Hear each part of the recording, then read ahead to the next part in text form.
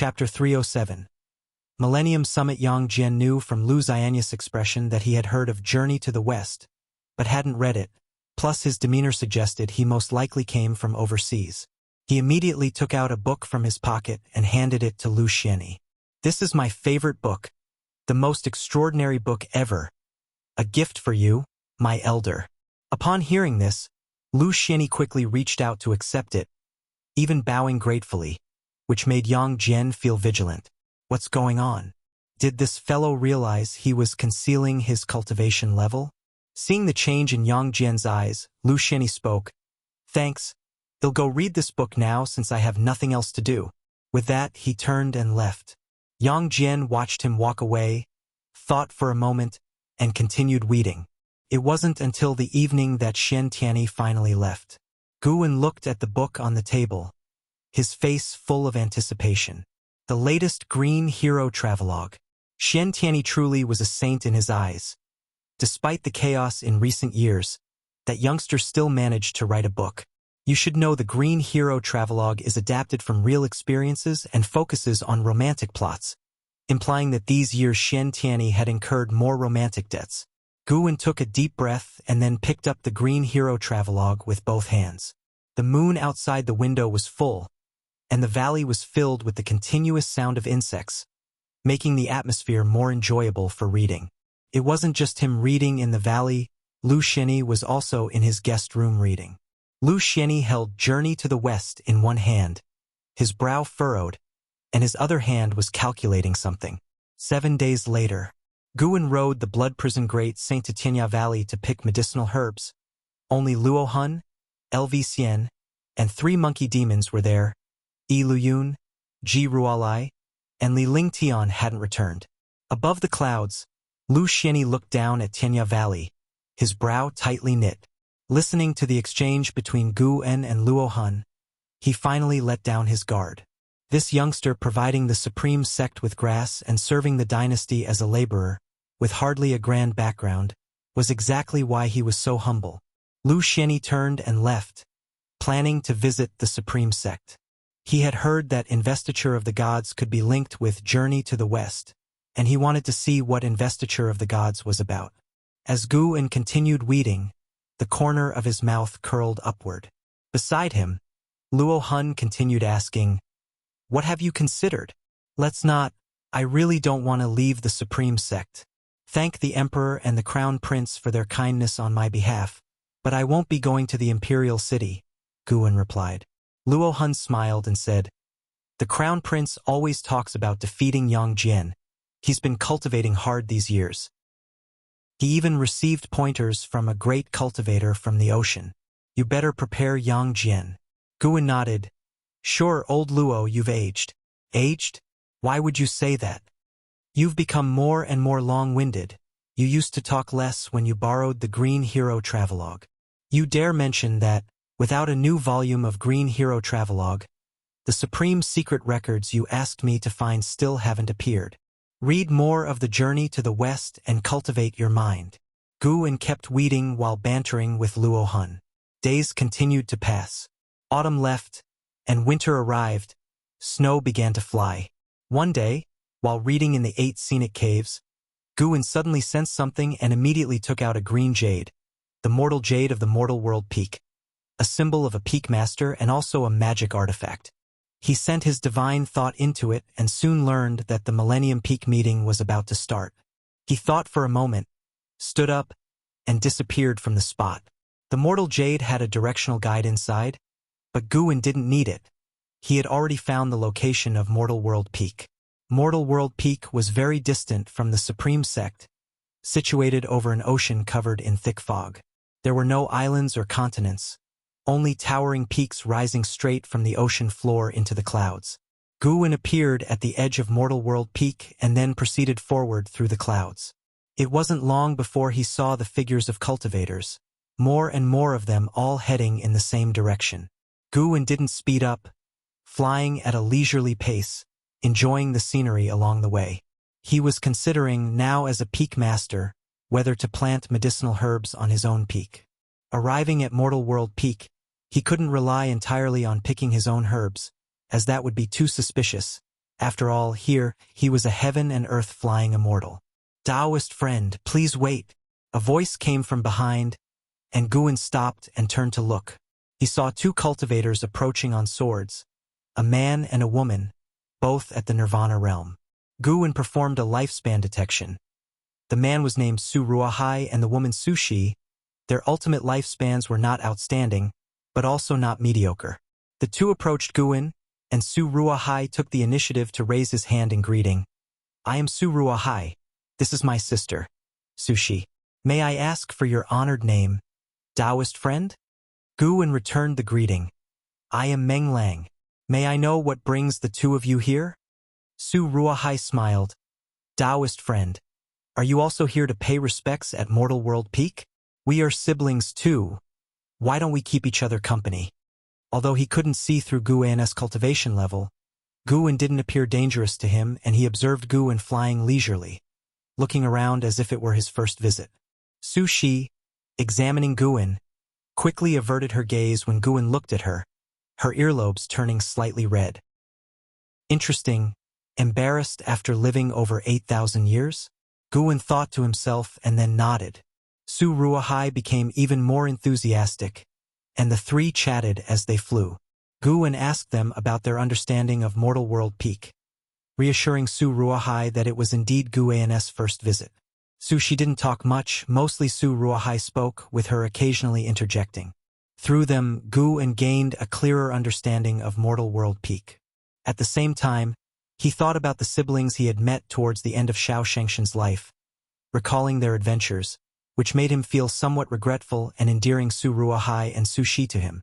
An hour later, the three passed through dense fog, and their eyes were drawn to a gigantic peak ahead, an incredibly majestic peak even larger than any they had encountered along the way.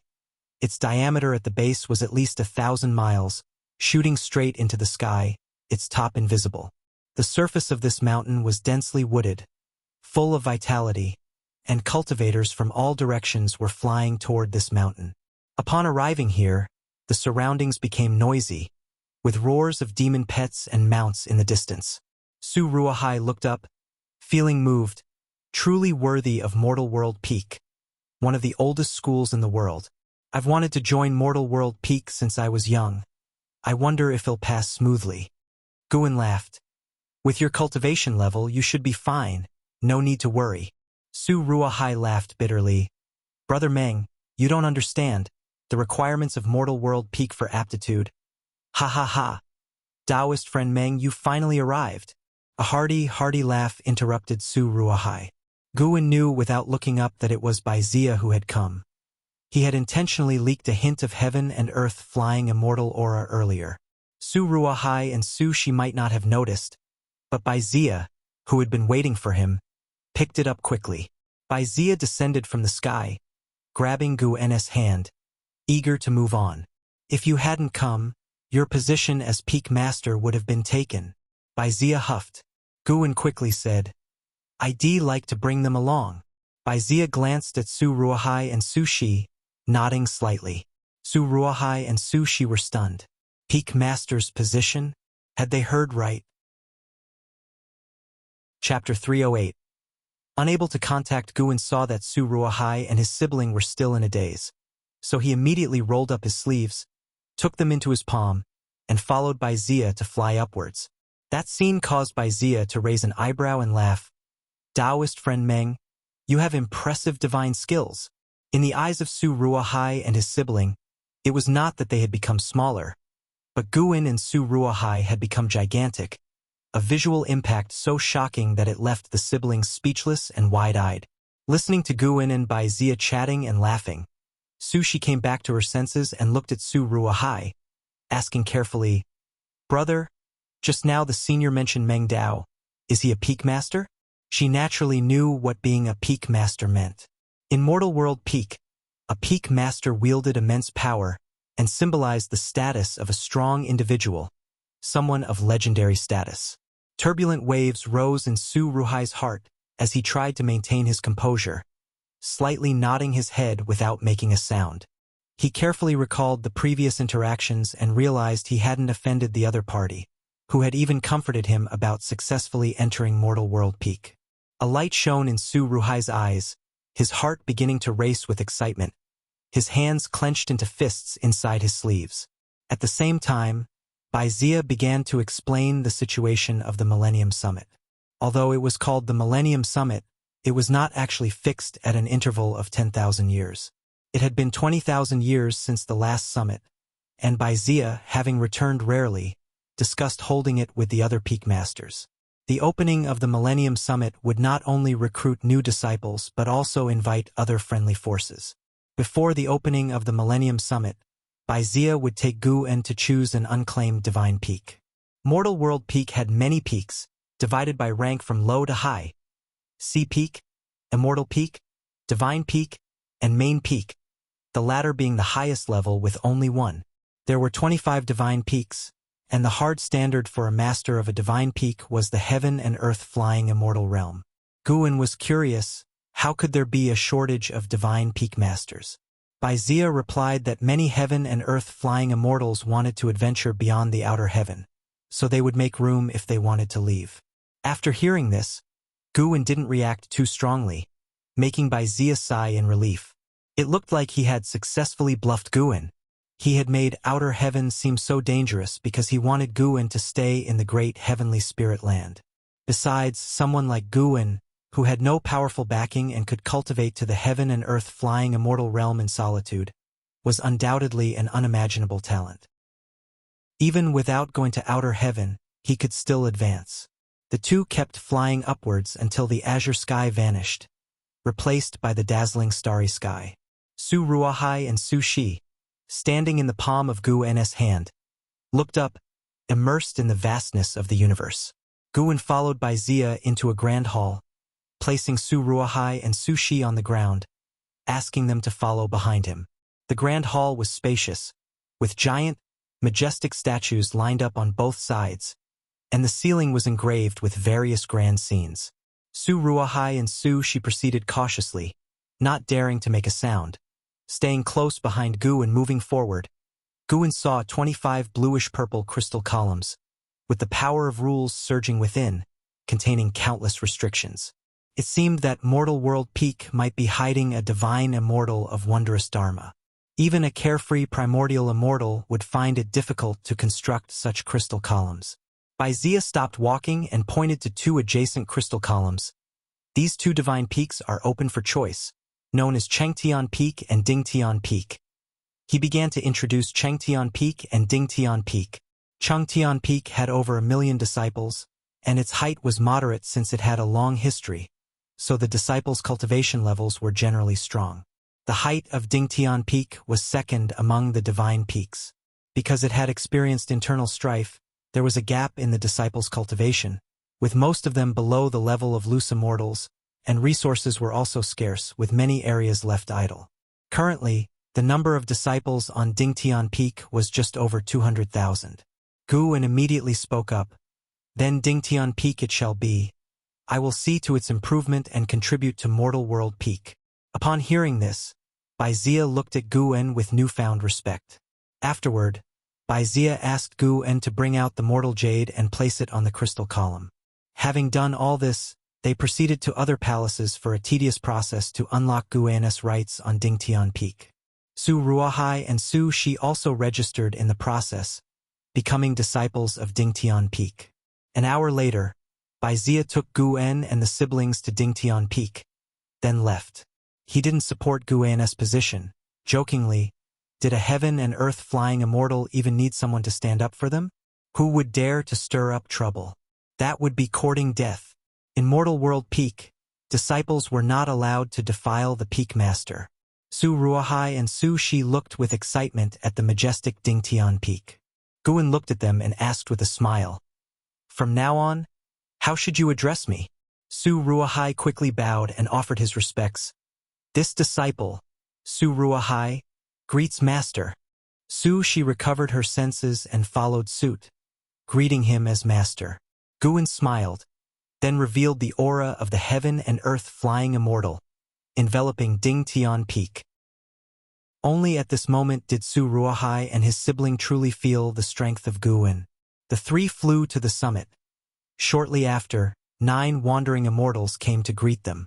Guwen, without a second word, displayed his mortal jade. The 9 wandering immortals showed delight and paid their respects, referring to Guwen as master respectfully. Guwen threw a lifespan detection at them. Their lifespans were healthy, able to work for him for many years. The eldest disciple of Dingtian Peak was named Zhu Xinglan, possessing the 9th layer of the wandering immortal realm cultivation, seemingly only a step away from the heaven and earth flying immortal realm, but it was an insurmountable gap for most wandering immortals. Guwen dismissed the other disciples and had Zhu Xinglan accompany him alone, while he already had someone arrange the Su siblings.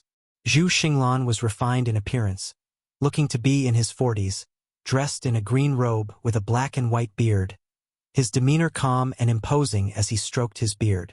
Guwen asked him to give him a tour around Dingtian Peak. Before long, 2 hours had passed. After settling into his new residence, Guwen prepared to leave.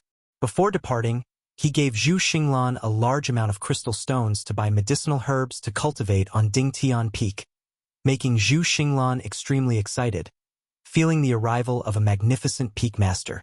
Returning to 3rd Medicine Valley, Guwen transformed from the high and mighty peak master of Mortal World Peak to an ordinary valley master of Supreme Sect.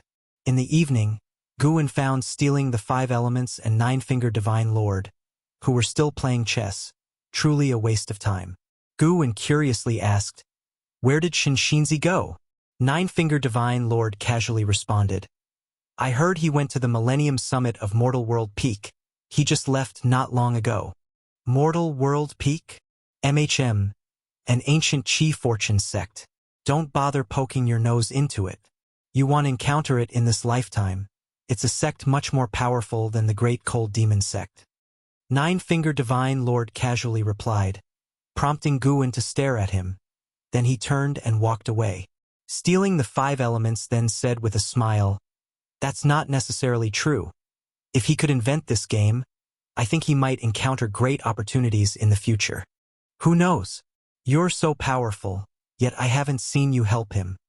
9-fingered Divine Lord replied, and although he had grown familiar with Guwen, he had no intention of changing Guwen's destiny. With Guwen's talent, even if he was taken to a great sect, it might not be for the best. At least here, Guwen could live effortlessly, live happily. Guwen, hearing their conversation, thought to himself with a hint of amusement, "If I revealed my realm, you might have never even heard of it." Guwen hummed and went to chat with Ji Xiaoyu. With some time left before the Millennium Summit, Guwen was in no rush to head there. Days later, Guwen came to Immortal Seeking Island and made his final deal with the island master. Henceforth, Immortal Seeking Island would belong to him. Due to the calamity brought by the Great Cold Demon sect, the forces behind the island master had already withdrawn, not willing to look back, and could only sell it off to gain as much as possible. Before leaving, the island master said to Guwen, "You had better have your backing force send a wandering immortal here. Otherwise, you won't be able to keep order." Guwen nodded with a smile. After the island master and his people had left, Guwen turned to Hu Shaojian and said with a smile, "From now on, Immortal Seeking Island is mine, and I won't treat you unfairly." Hu Shaojian immediately knelt down, banging his head on the ground in excitement. Afterward, Guwen summoned the elders of Sea Protection Mansion, briefly instructed them, and upon hearing that Guwen would arrange for a wandering immortal to come later, all the elders' expressions became respectful, no longer daring to underestimate him. Guwen wasn't just boasting. There were wandering immortals on Dingtian Peak, and he could easily arrange for one. After all, he was using the identity of Meng Lang on Immortal Seeking Island. Time flew swiftly by. Until the Spring Festival had passed, the Millennium Summit of Mortal World Peak was finally about to begin. Above the sea of clouds, Holy Mother of Western Spirits stood on a lotus throne, moving swiftly, with Lu Lingjun standing beside her, and a small snake lying on her shoulder, the White Spirit Demon Emperor who had ascended with her. Lu Lingjun's beautiful eyes widened as she saw the peaks through the clouds, feeling as though she was witnessing the immortal realm of mortals. The White Spirit Demon Emperor flicked its tongue curiously and asked, "How does Mortal World Peak compare to the Great Cold Demon sect in terms of strength?" Upon hearing this, Lu Lingjun couldn't help but look toward Holy Mother of Western Spirit, curiosity gleaming in her eyes. She could not forget the sight of the great cold demon sect surrounding the continent. At that time, it felt like the great cold demon sect was invincible. In terms of historical heritage, Mortal World Peak is stronger, and Mortal World Peak also has considerable power within the Holy Court. Even we, the Bitter Sea Buddha sect, cannot compare, Holy Mother of Western Spirit replied, her face calm. Lu Lingjun and the White Spirit Demon Emperor could feel the might of Mortal World Peak even more. Holy Mother of Western Spirit continued speaking of Mortal World Peak's past. While listening, Lu Lingjun gazed into the distance, her anticipation for the upcoming Millennium Summit growing. Passing through layers of clouds, they observed the peaks along the way, their eyes never resting. Gradually, more figures of cultivators appeared in their view, all invited monks or demons from great sects, each with extraordinary presence. Neither Lu Lingjun nor the White Spirit Demon Emperor had reached the Mahayana realm, yet the cultivators and demons they encountered along the way were much stronger than them, causing an instinctive feeling of nervousness and discomfort. But they were ascenders, certainly not cowards. Ambition grew within them. One day, they too would arrive invited, rather than relying on others. Lu Lingjun couldn't help but think of Guwen, the young man who had written the Immortal God book. If he could see this spectacle, would certainly be inspired even more. Too bad, with Guwen's talent and temperament, he probably would never reach such a place in his lifetime. Chapter 309. The Invincible Heavenly Demon Great Emperor at the summit of Mortal World Peak. In a courtyard at the mountain's top, Guwen gathered with a group of heaven and earth flying immortals. Everyone present was either a peak master or main peak elder of Mortal World Peak. The courtyard was simple and not very expansive, filled with various flowers and trees, and the faint scent of sandalwood lingered in the air. Guwen was exchanging pleasantries with everyone. No matter how high one's realm might be, social interaction is inevitable. Guwen did not resist it. After all, he intended to stay at Mortal World Peak for the long term.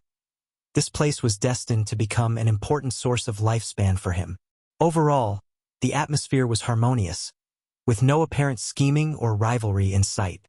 The master of the main peak, just as Guwen had guessed, was none other than a carefree primordial immortal, and not of a low realm at that. Eternal Taoist Lord, carefree primordial immortal level 6267907/78000/150000, a maximum lifespan of 1,500,000 years, exceeding Shinzin's 999,999 years, suggested reaching the carefree primordial immortal realm heralded a transformation in the limit of one's lifespan.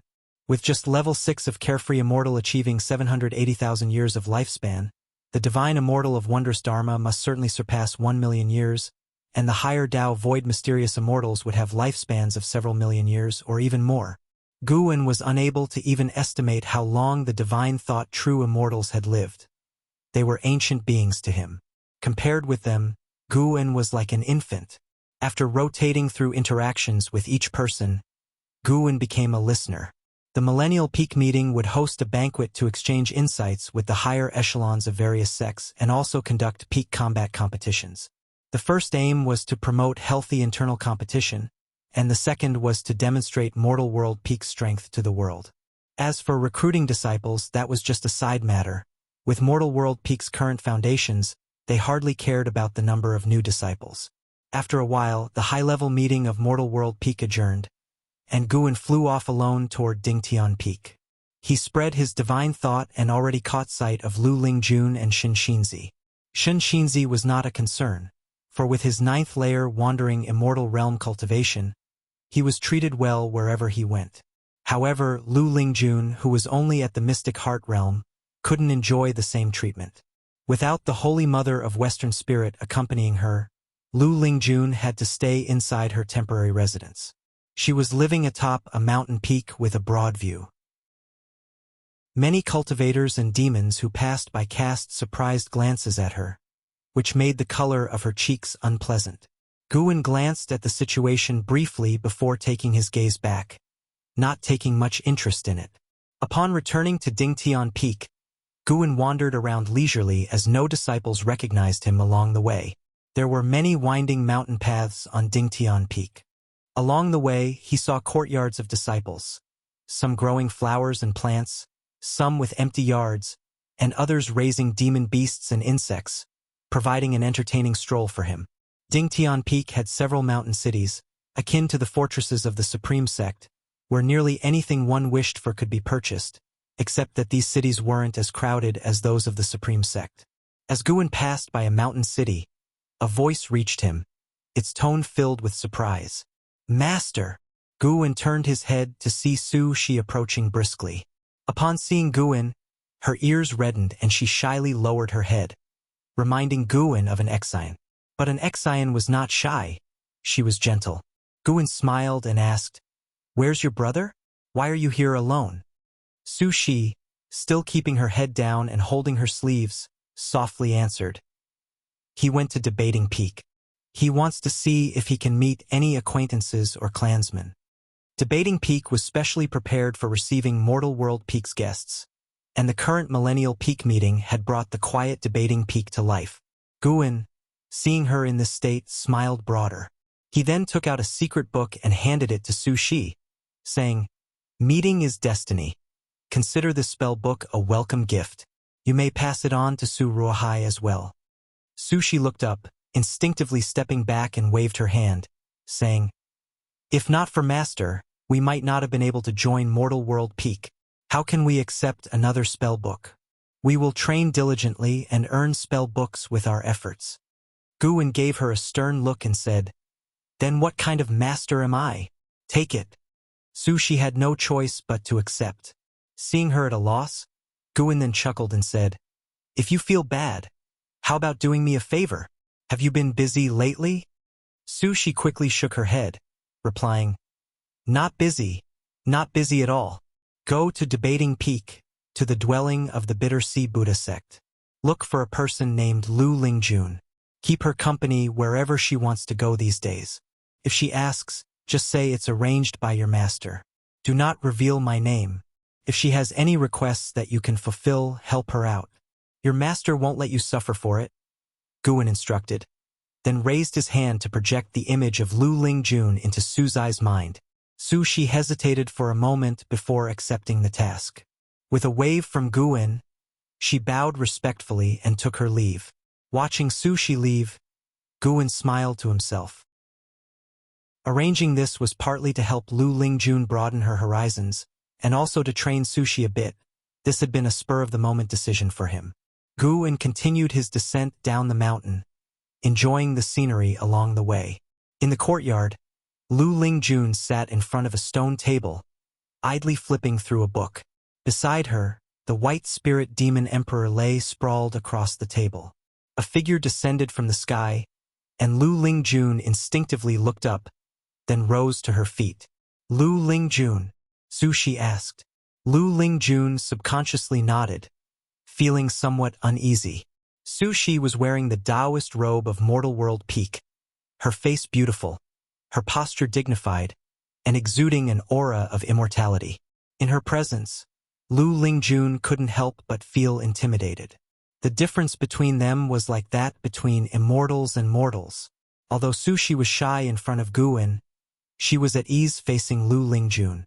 Precisely because of this serenity, the aura of Nirvana realm manifested, overwhelming Lu Lingjun of the mystic realm with pressure. Lu Lingjun's mind raced, wondering if she had offended someone. "My master sent me to you. Do you have any places you'd like to go? I can accompany you.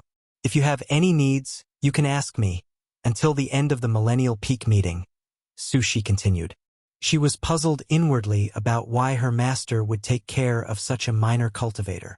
She then thought, weren't she and her brother similar to this girl in her master's eyes? Perhaps this girl had also met her master on the road and caught his eye. "May I ask who is the master of Senior?" Lu Lingjun asked cautiously. Su Shi responded, "My master is the Peak Master of Dingtian Peak. The Peak Master of Dingtian Peak." As an ascender, Lu Lingjun couldn't keep her composure at this revelation. and the white spirit demon emperor's eyes widened as well.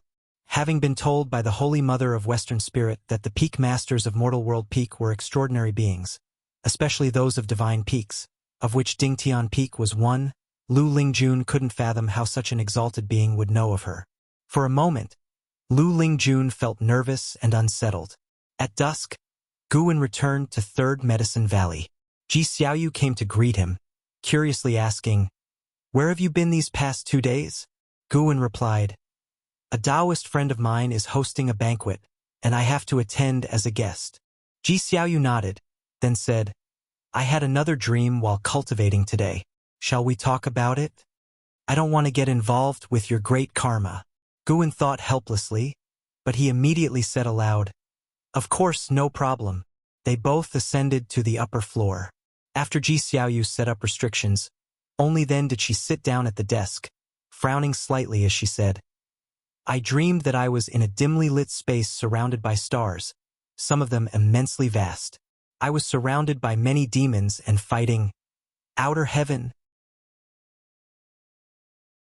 Guwen sighed and said, "He said that not even the sword Venerable Fudao could defeat the heavenly demon emperor. This is a good thing. At least you don't have to worry for now."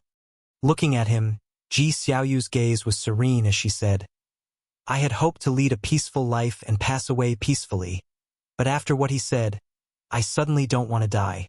I want to cultivate to the level where I can meet that heavenly demon emperor." Taken aback, Guwen replied, "Having a larger goal is certainly a good thing." Ji Xiaoyu rose from her seat and turned to leave. Just as she reached the door, she turned her head back and said, "Why don't you give up either? I've dreamed of many people. Some started from nothing and ended up shining brilliantly. If you could be by my side to fight the heavenly demon emperor, wouldn't that be wonderful?" With that, she turned her head and pushed the door to leave. Chapter 310 Why don't you give your place to me, heavenly demon great emperor?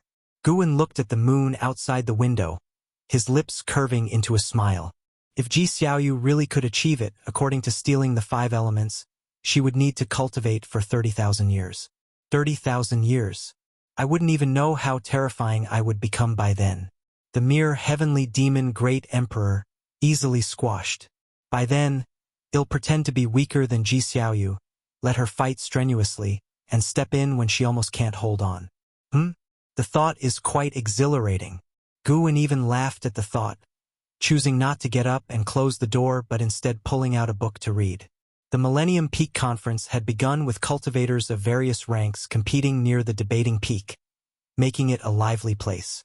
During these days, with Suzai's company, Lu Lingjun explored Mortal World Peak, greatly broadening his horizons, and their relationship had also grown closer, though Lu Lingjun still addressed Su Shi as his senior.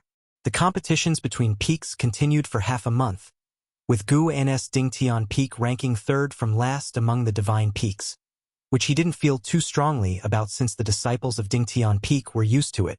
That day, the grand banquet of the Millennium Peak Conference began, with tables set up all around the debating peak. Guwen then attended the banquet under the starlit sky, the banquet located above a sea of clouds equipped with a powerful formation, only accessible to those at least in the heaven and earth flying immortal realm. Shen Xinzi of the wandering immortal realm couldn't participate, which actually relieved Guwen. If Shen Xinzi had come, he wouldn't have attended. There were hundreds of heaven and earth flying immortals and over 10 carefree primordial immortals at the cloud banquet, with Guwen standing beside Baizia listening to him introduce the guests. The participating forces numbered over 20, including even cultivators from the Holy Court. The atmosphere was harmonious, and Guwen was enjoying the feast.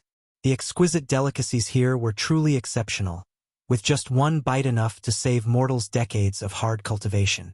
With Baizia's help, Guwen got acquainted with quite a few heaven and earth flying immortals. An ancient hour later, a carefree primordial immortal suddenly walked to the middle of the cloud banquet, laughing as he spoke. "Taoist Lord, I wish to join Mortal World Peak. May I ask if that's permissible?" Upon these words, everyone turned to look at him. The peak master of Mortal World Peak's main peak, everlasting Taoist Lord, looked towards him and laughed. "Mo Hen, although you've left the great cold demon sect for tens of thousands of years, Can you really sever all ties given your sect's current crisis? Other carefree primordial immortals followed with light jabs at Mo Hen. Mentioning the great cold demon sect invariably brought up Sword Venerable Fudao, but Mo Hen wasn't upset. He looked at Everlasting Taoist Lord and cheerfully said, I've long severed those ties. It's normal for that group of useless people to be annihilated. Don't provoke me. Sword Venerable Fudao isn't someone I can afford to antagonize. I advise you all to speak well and avoid substantial karmic retribution. Hearing this, other carefree primordial immortals stopped making fun of him. Even they did so, not to mention the heaven and earth flying immortals. Though all were present at the banquet, the division of hierarchy was clear, and heaven and earth flying immortals were definitely not the protagonists. Everlasting Taoist Lord pondered and said, The position of the Peak Master of Chungtian Peak is still vacant. Would you accept that? Mo Hen shook his head and said, I set my sights on Dingtian Peak. He then turned and looked towards Guwen in the crowd, smiling, Dingtian Peak's Peak Master. How about you cede your position to me? All eyes were now on Guwen. Before Guwen could speak, Bai Zia angrily said, What do you mean by this? Bullying the weak?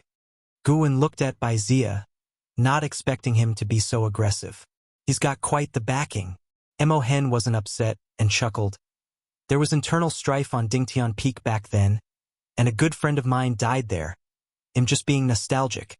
Yet his tone obviously left no room for negotiation. Suddenly, the banquet fell silent. Bai Zia looked towards Everlasting Taoist Lord. Carefree primordial immortals seemed amused by the situation, while the heaven and earth flying immortals looked at Guwen sympathetically. They all knew Guwen had just become the Peak Master of Dingtian Peak, and now, just days later, he was being asked to vacate his position, which must be hard to accept. Guwen remained silent, while everyone thought he was weighing his options. In reality, he was feeling sentimental. My ties with the great cold demon sect are truly cursed. Is this to continue the karma? To make me completely annihilate the great cold demon sect? Guwen felt no pressure. Being the strongest person present with a cultivation level 2 major realms higher than anyone else, what was there to fear? He wanted to see the attitude of Everlasting Taoist Lord. If Everlasting Taoist Lord didn't defend him, then there was no reason to stay in Mortal World Peak. As for Mo Hen, a bad ending was inevitable. Everlasting Taoist Lord slowly said, That won't do, choose another one. His tone was unquestionable and very firm, giving the great cultivators of Mortal World Peak a sense of backbone. Regardless, Mo Hen was an outsider, and although the combat power of a carefree primordial immortal was important, it didn't give him the right to do whatever he pleased. If Meng Lang were kicked out today, tomorrow it could be any of them. Mo Hen shook his head. Don't be hasty. What if this young friend agrees? The term young friend was filled with disdain. His gaze turned to Guwen. Young friend, if you cede your position to me, I won't let you suffer losses. You can ask for anything. Guwen replied, Thanks for your kind offer, senior, but no need. I'm not the type who likes to change nests. Everyone's expression changed slightly, none expecting Guwen to defy Mo Hen, Everlasting Taoist Lord included. At this level of cultivation, recklessness was impossible unless facing a lower-level cultivator. Mo Hen's smile disappeared instantly, his face darkening as he said, I can give Taoist Lord face, but have you considered the consequences of offending me? Everlasting Taoist Lord frowned, appearing suddenly in front of Guwen, looked at Mo Hen and said coldly, Taoist friend, you are going too far. Mo Hen stared at Guwen with a cruel smile, blatantly threatening him. Mo Hen harbors hostility towards you, despising you deeply. Would you like to conduct a lifespan detection on him? This constitutes deep hatred, typical of a demon cultivator, heartless and ruthless. Sigh. Guwen sighed deeply, attracting everyone's attention. He walked past Everlasting Taoist Lord towards Mo Hen. What are you doing? Bai Zia hastily grabbed Guwen. Since Bai Zia had brought Guwen into Mortal World Peak, he felt dishonored and angry over Guwen being bullied. Everlasting Taoist Lord spoke, Meng Lang, in Mortal World Peak, no one can harm you, and should anyone cause you harm outside, Mortal World Peak will not simply let it go. Guin smiled at Baizia, then broke free from his grip, turning towards Everlasting Taoist Lord to bow respectfully, before continuing towards Emohen. Emohen laughed, not expecting this young man to actually walk towards him. You called me Emohen, right? Why must you force me? Guin shrugged and spread his hands, his expression one of helplessness. His steps didn't stop, suddenly erupting with a terrifying aura, causing everyone's complexion to change drastically, including Emohen's. With each step Guin took, his aura surged, quickly surpassing the heaven and earth flying immortal realm and continuing to rise. How is this possible? A carefree primordial immortal widened his eyes in disbelief. Others were similarly shocked, and Baizia was dumbfounded. When Guin reached Emohen, his aura had reached the 9th layer of the carefree primordial immortal realm, with the strongest present only at the 6th layer, and Emohen himself only at the 4th layer. Guin lifted his chin, looking down at Emohen, asking, "How did you address me just now?" Emohen's face looked extremely unpleasant as Guan's aura completely overwhelmed him. The banquet fell into silence. You could hear a pin drop. The most alarming incident then occurred. Guin actually reached out and patted Emohen's wrinkled face. Though the gesture was gentle, to everyone watching, this was the making of a deadly feud. Chapter 311. A million years is far from enough. After Guin slapped him, Emohen's face showed disbelief. He had not expected Guin to be so audacious. Despite the gap in their cultivation levels, they both existed as carefree primordial immortals. Emohen clenched his teeth and asked, "Who exactly are you, and from which sect do you come?" Everyone else stared at Guin, waiting for his response. A heaven and earth flying immortal who had just joined Mortal World Peak was a carefree primordial immortal? Everyone felt it was absurd and even suspected Guin had ulterior motives. At this moment, Baizia could not help but entertain doubts, but upon rethinking, he recalled that it was he who had persuaded the individual to join Mortal World Peak, and it did not seem like a setup at that time. Guin fixed his gaze on Emohen and said, "Does that really matter? If I were merely an ordinary peak master of Mortal World Peak, how would you seek revenge on me?" As soon as Emohen exhibited hostility toward him, Guin had already marked him as a dead man in his heart. Guan's statement made Taoist Lord Yongyan narrow his eyes. After hearing this, Emohen's expression grew uglier, and for a moment, he did not know how to respond. Could he also be aiming for Dingtian Peak? Emohen thought angrily in his heart, not considering it a coincidence. How could it be that a randomly chosen person turned out to be a great cultivator concealing his power? Now he found himself in a dilemma. Bowing his head in submission would not erase the karma, but refusing to do so would only worsen his situation.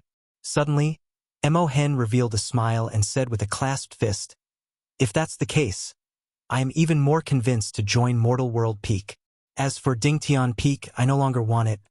Changtian Peak is also fine." Upon hearing these words, most of the people present heaved a sigh of relief. Taoist Lord Yongyan spoke, "Forget it, Taoist friend. Please go to another sect." Everyone was taken aback by his rapid change in attitude, and Emohen's face turned even uglier. Guin turned around to look at Taoist Lord Yongyan, saw him slightly nodding, and he couldn't help but smile. "Very sensible, huh? Humph." Emohen let out a cold snort and left with a flick of his sleeves. Everyone urged him to stop, fearing he would stay and escalate the conflict.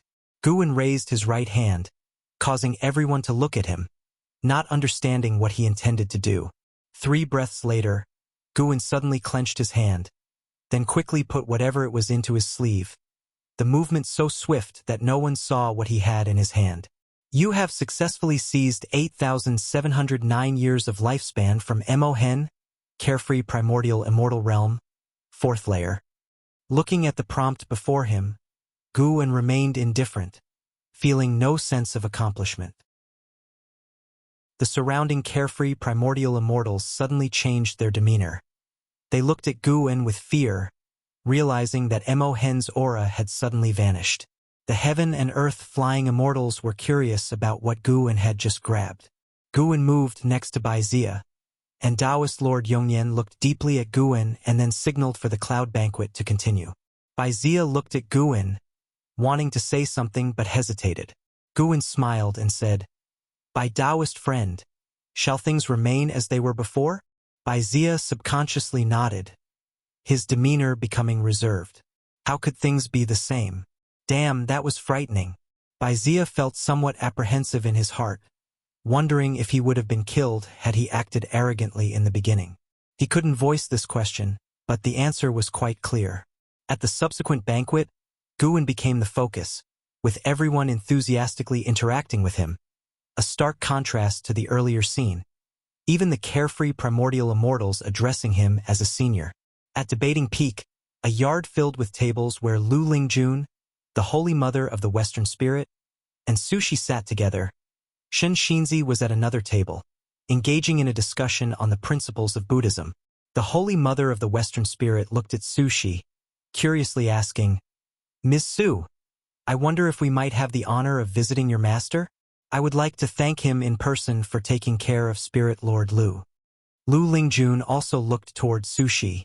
In the past few days, Sushi had shown her around, enriching her understanding of many immortal cultivation concepts. Whenever she wanted something, Sushi had purchased it before she even asked, and despite some reservations about the motives of the Dingtian Peak Master, she still held a good impression of Sushi. Sushi shook her head and said, "My master hasn't mentioned wanting to meet you, nor has he said he is keeping Ms. Lu. After the Peak Conference, you may return without any burden." This statement caused the Holy Mother of the Western Spirit and Lu Lingjun to exchange puzzled glances. Just then, a cultivator landed in the yard. The elder from the Great Cold Demon Sect offended the Dingtian Peak Master and perished just after leaving Mortal World Peak. The person spoke excitedly, capturing everyone's attention. Upon hearing it concerned the Dingtian Peak Master, the trio showed curious expressions. The person began to recount the events at the Cloud Banquet, a scenario that was spreading quickly among all peaks of the Mortal World Peak. Mo Hen had once been an elder of the Great Cold Demon Sect, which was nearly dissolved, so Mortal World Peak had no hesitation in making his demise known to demonstrate its strength. From Mo Hen forcing the Dingtian Peak Master to relinquish his position to the Dingtian Peak Master showing stronger cultivation than Mo Hen and publicly slapping him, forcing Mo Hen to leave disgracefully. The whole process fired up everyone who heard it. Mo Hen had just flown out of Mortal World Peak when he fell, making the Dingtian Peak Master seem even more formidable in the eyes of the listeners. The news spread within Dingtian Peak, motivating all disciples and clearing the gloom of their low ranking. After understanding this, Lu Lingjun felt even more uneasy. Such a strong-willed Dingtian Peak Master. To have such a person assisting her was a mixed blessing. Due to the conflict between the Dingtian Peak Master and Mo Hen, this Wanli Peak Conference became much more discussive. As Mo Hen's identity and deeds were unearthed, all guests could feel the strength of Mortal World Peak. After the Cloud Banquet ended, Guwen returned to the Supreme Sect. He had also heard the noise from Mortal World Peak. How could news spread so fast? In reality, it was Mortal World Peak deliberately promoting it, thankfully without mentioning Menglang's name, showing him respect. Guwen returned to the Third Medicine Valley and happened to meet an Xian, and they chatted for a bit. Master-disciple discussed ordinary matters in the valley, and Guwen found talking about life's minor details more interesting than discussing major worldly affairs. Those carefree primordial immortals always talked of grand principles and the world's populace, floating aloft. In the divine exotic realm under the blood-red firmament, Zhang Buku stood by the seashore practicing his divine skills. Behind him, the divine exotic realm master sat before the divine exotic life tablet, looking up at the heavens, lost in thought with a vacant gaze. Zhang Buku finished his maneuver and turned to face his master, asking, "Master, the great calamity has ended, and you have reached agreements with various sects across the sea. Why do you still look so troubled?"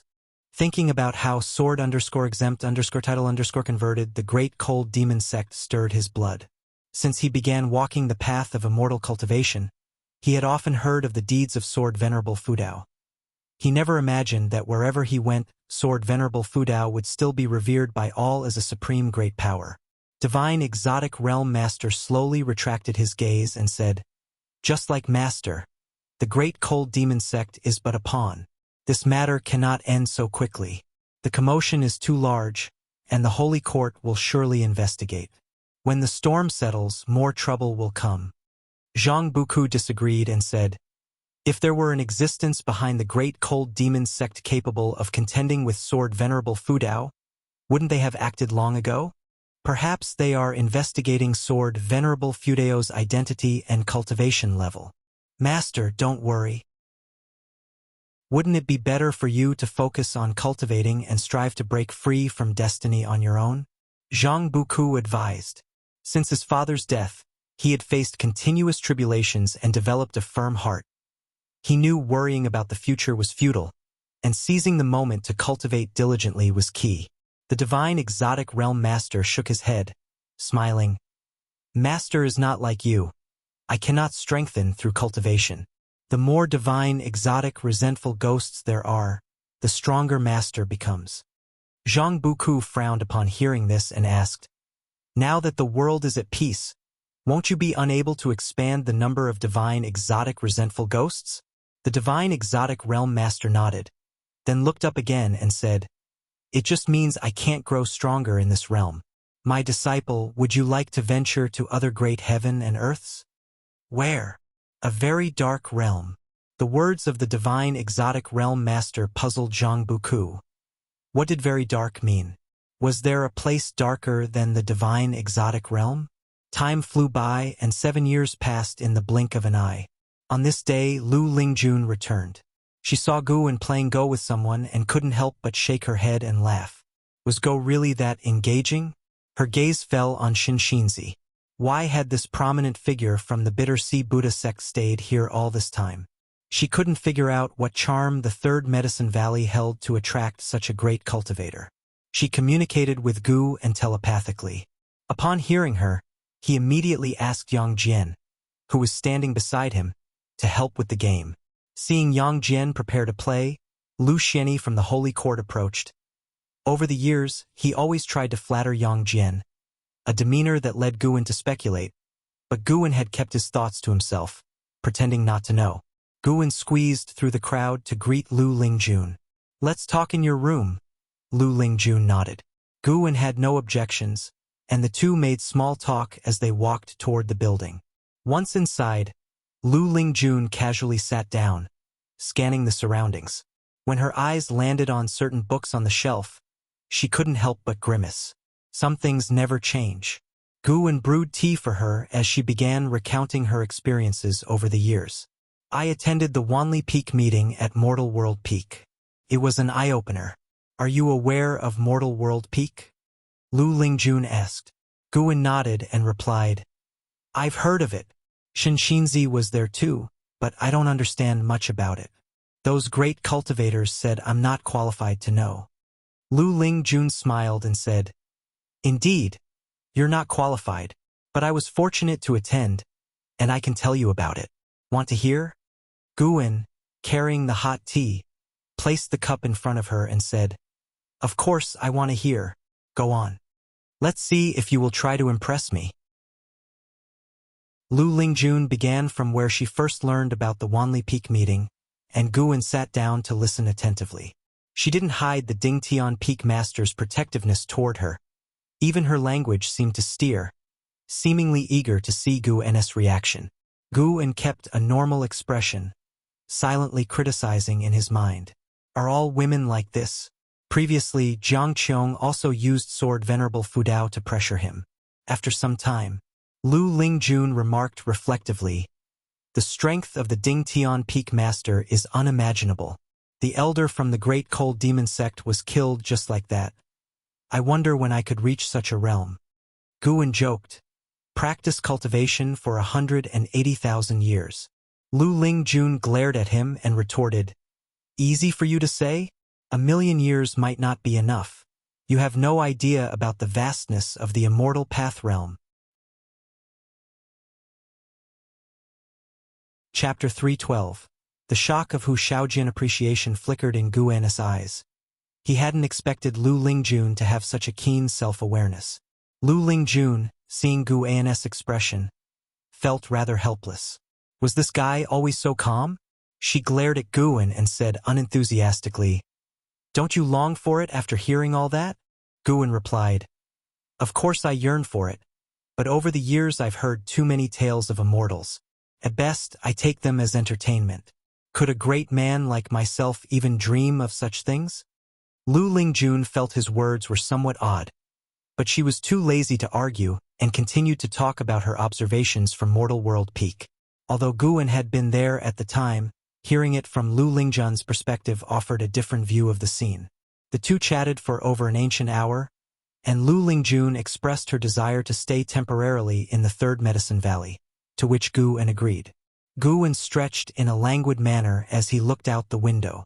Tomorrow he could go to Dingtian Peak to pick medicinal herbs. He had ordered Zhu Xinglan to establish a medicine garden, and the first batch of medicinal herbs was already ripe. Regarding the medicine garden on Dingtian Peak, Guan had no intention of prohibiting other disciples from picking the herbs so as not to arouse suspicion. After all, Mortal World Peak was now a first-class sect with close ties to the Holy Court, and he had to be careful. And after all, Dingtian Peak was vast. Even with disciples helping, he could collect many herbs himself. Thinking of this, a look of anticipation appeared in Guan's eyes. The following afternoon, on Dingtian Peak, Guan walked up the mountain path to the summit, followed by Zhu Xinglan, who displayed great respect as the peak's foremost disciple. He now knew that Guan was a great power who surpassed the carefree primordial immortal. Such a major figure was critical to cling to, and so he was eager to assist in any way possible. "I need a wandering immortal disciple to take charge of an island for me," Guan said casually. "Ask around for me. I won't treat him unfairly." Today had brought him over 300,000 years of lifespan, a decent haul. Zhu Xinglan immediately responded, "Master, if you wish to leave today, I will arrange it now. Go ahead." With Guan's consent, Zhu Xinglan vanished on the spot. Guan walked to the courtyard and sat on a bench, looking up. Ever since his last breakthrough, cosmic wars had erupted from time to time outside, with increasing numbers of heaven and earth flying immortals coming and going. Guan also caught sight of the visage of a heavenly demon. The heavenly demons appeared no different from living beings, and included many of the human race. The most distinct feature of the heavenly demons was their demonic chi, which was different from that of the demon cultivators and demons within the great heavenly spirit land. It was more sinister and instinctively repelling. At the periphery of the silent destruction domain, two heaven and earth flying immortals were engaged in combat, fighting over a treasure. Carefree primordial immortals were observing in the shadows. Half an incense stick of time later, Zhu Xinglan returned, bringing someone with him.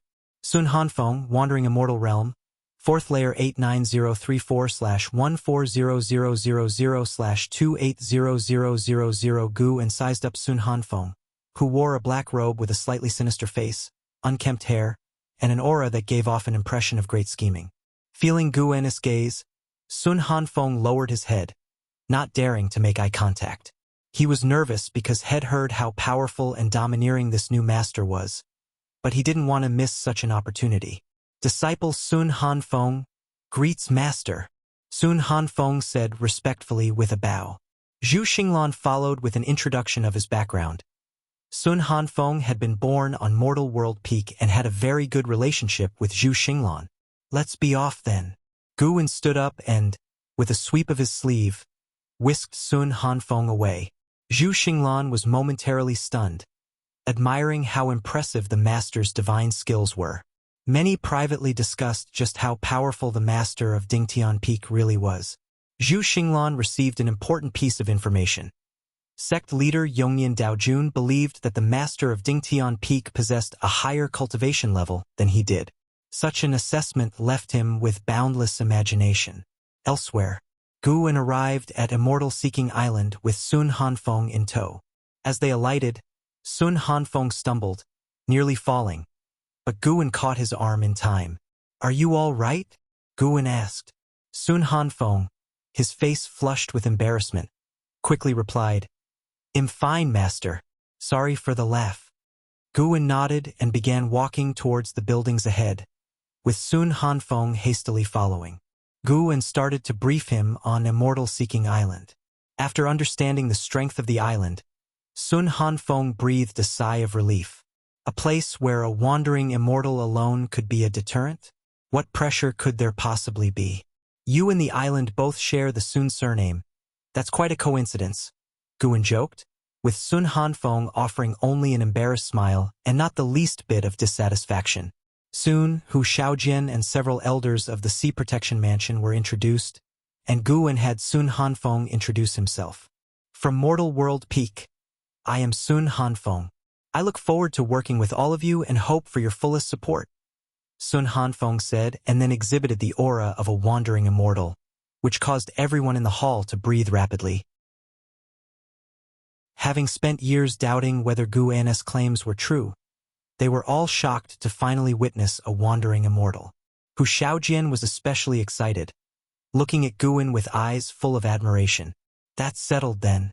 From now on, Sun Hanfeng is in charge of Immortal Seeking Island. You all talk. With those words, Guwen left. Everyone turned their attention to Sun Hanfeng, all quite nervous since he didn't seem easy to approach. After Guwen left, Sun Hanfeng sat down with an assertive posture, no longer as restrained as before. May I ask, Elder, does the island master also hail from Mortal World Peak? One of the loose immortals asked cautiously. The reputation of Mortal World Peak was significant, and even if they were unfamiliar with it, they had heard of it. Naturally, Sun Hanfeng said. Everyone smiled, now believing Sun Hanfeng had a favorable relationship with the island master, or at least that he was not an outsider. The island master is my master. You can rest assured. What's most important is that we all work together to run Immortal Seeking Island well. We cannot disappoint him. Moreover, I can tell you his cultivation level is exceedingly high, stronger than anything you have heard of. Serving him is the greatest fortune of your lives. Sun Hanfeng's words widened everyone's eyes. Hu Shaojian was bewildered. The elder was of such a grand origin? Was he not a loose immortal? Wait, loose immortal was what he had claimed himself. Hu Shaojian felt overwhelmed by immense joy, his mind buzzing, failing to pay attention to the ensuing discussions from the elders. Sun Hanfeng also noticed his distraction but did not mind, as Guwen had instructed to take good care of the lad. Seasons changed, and another year passed. After the new spring, Guwen visited the branch of the Supreme Sect. It was his first time at the branch, which he reached through the teleportation array in the main city of Sect. The Supreme Sect grew stronger every year, and its ties with the branch became tighter. Guwen observed the branch's city, feeling the spiritual energy there, which was almost on par with the main city of Sect. No wonder so many disciples wished to come here. Not only was the spiritual energy abundant here, but disciples could also go out to train at any time, hunting demons and searching for heavenly and earthly treasures.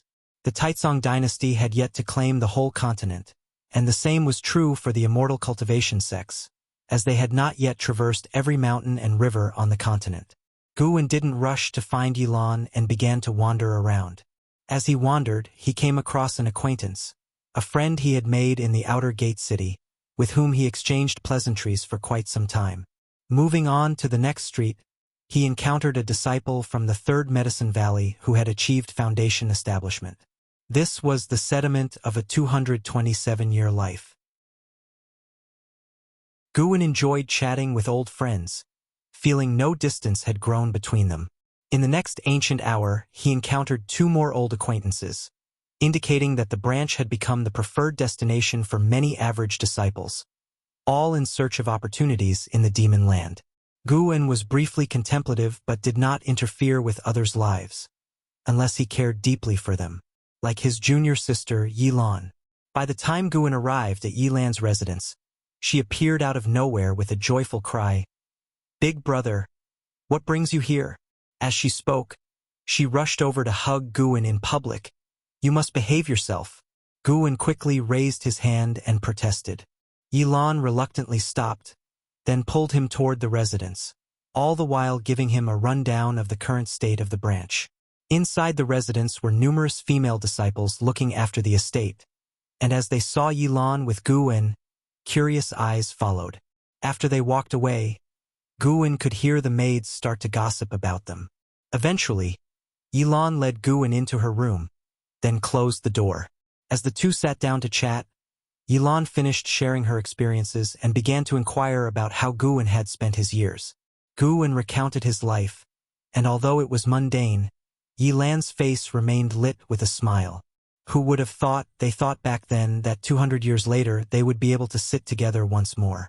Gradually, Yilan's mind wandered as she fell into a strange state. She experienced this because Guwen was guiding her toward enlightenment. Guwen's divine thought covered the room, helping Yilan perceive the heaven and earth rules, a method beyond the imagination of mortal spirits. Even facing Guwen herself, Yilan didn't notice anything amiss. It was as though Yilan had entered a dream state, her eyes distant and unfocused. Guwen stood up, carried her to the bed, and guided her into meditation. Then he retreated to the table, sitting down to watch her practice. And so he watched Yilan meditate, his heart full of expectation. If he could help Yilan extend her maximum lifespan, he would arrange for her to train at Mortal World Peak. If not, sending Yilan with her few centuries of life to Mortal World Peak would only add to her troubles. Once one's horizons expand, it's easy to develop more expectations, leading to anxiety and pressure. Even divine skills from a true immortal cannot grant eternal life.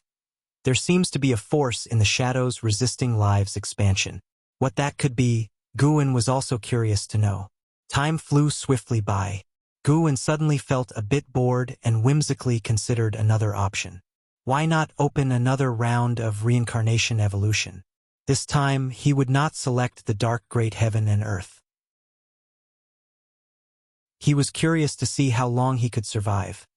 Perhaps if he lived for thousands or tens of thousands of years and mastered formidable divine skills, it might increase his chances of surviving the next tribulation crossing. Moreover, the memories passed down from reincarnation evolution could benefit his Taoist heart cultivation. Guwen felt reaching a certain level might require reincarnation cultivation. Otherwise, he wouldn't have unlocked this feature. Let's give it a shot then. Just one shot. No greediness. After all, it would cost 10 million years of lifespan, and even if he wanted to play more, it was not possible. Guwen looked at Yilan, thinking to himself, "Little sister, please." Chapter 313. Battle Court, Emperor of Heavenly Dragon. You spent 10 million years of lifespan to initiate a reincarnation evolution. Beginning to connect with the Tao rules. Searching for a reincarnation destination. Do you have the following destinations to choose from? Select 1. 1. Dahong Realm. 2. Dark Great Heaven and Earth. 3. Divine Origin Great Heaven and Earth. There's a dark great heaven and earth again? Guwen looked at the prompt before his eyes, immediately feeling aggravated. Black Profound Emperor, you wait for me. Our blood feud from 2 lifetimes cannot be resolved. Guwen hummed in his heart and then chose Divine Origin Great Heaven and Earth. He always felt that Great Heaven and Earth seemed more advanced, something like a realm similar to where Lu Lingjun and Blood Prison Great Saint came from, the lower realm. As Guwen was thinking, prompts began to appear in front of him. You've chosen to reincarnate into the Divine Origin Great Heaven and Earth. Due to the strength of the Tao rules in this realm, you temporarily can't initiate the life-stealing ability, nor can you activate phased features. Reincarnation evolution begins. In the first year, you were born into the dragon family of the Divine Continent, and your parents bestowed upon you the name Longzhan. At the age of 3, you awakened the true bloodline of the dragon family, and, with the help of your clan, you tempered the dragon blood true body. At the age of 8, your family arranged for an immortal master for you, and you officially stepped onto the path of immortal cultivation. At the age of 9, your father took you to court to meet the Emperor of Divine Dynasty, who wished to betroth the 7th princess to you. Your father thought to let you decide. Do you accept? The prompt stopped there. Guwen had just been wondering how he had turned into a dragon. He preferred being a human. The appearance of divine dynasty signified that dragon was only a surname. Guwen hesitated for a moment and decided to accept, wanting to tread carefully in this life. You accepted the arrangement of the Emperor of Divine Dynasty, and you shall marry the 7th princess, Han Jiaoer, when you turn 16. The Emperor of Divine Dynasty was overjoyed, generously rewarding you and making a decree to announce this to the world. At the age of 13, while accompanied by your clan for training outside, you tore apart a 4th-order demon king with your bare hands, shocking your clan. At the age of 16, you and Han Jiaoer got married in a ceremony, officially becoming the prince consort of the Divine Dynasty. The Emperor of Divine Dynasty conferred upon you the title of Mighty Holy Duke, granting you the Divine Dynasty's chief fortune. You became famous throughout the world, entering the ranks of the top-tier talents. At the age of 18, you decided to venture into the world to grow stronger. You left with Han Jiaoer's reluctant farewell, and in the same year she gave birth to your son, named Long Xian. At the age of 20, you reached the edge of the divine continent and saw an evil dragon ravaging the city. You stepped in, subdued it, and unexpectedly discovered you could absorb dragon blood, making your chi blood even stronger. At the age of 21, you encountered an old Taoist who wanted to read your fate.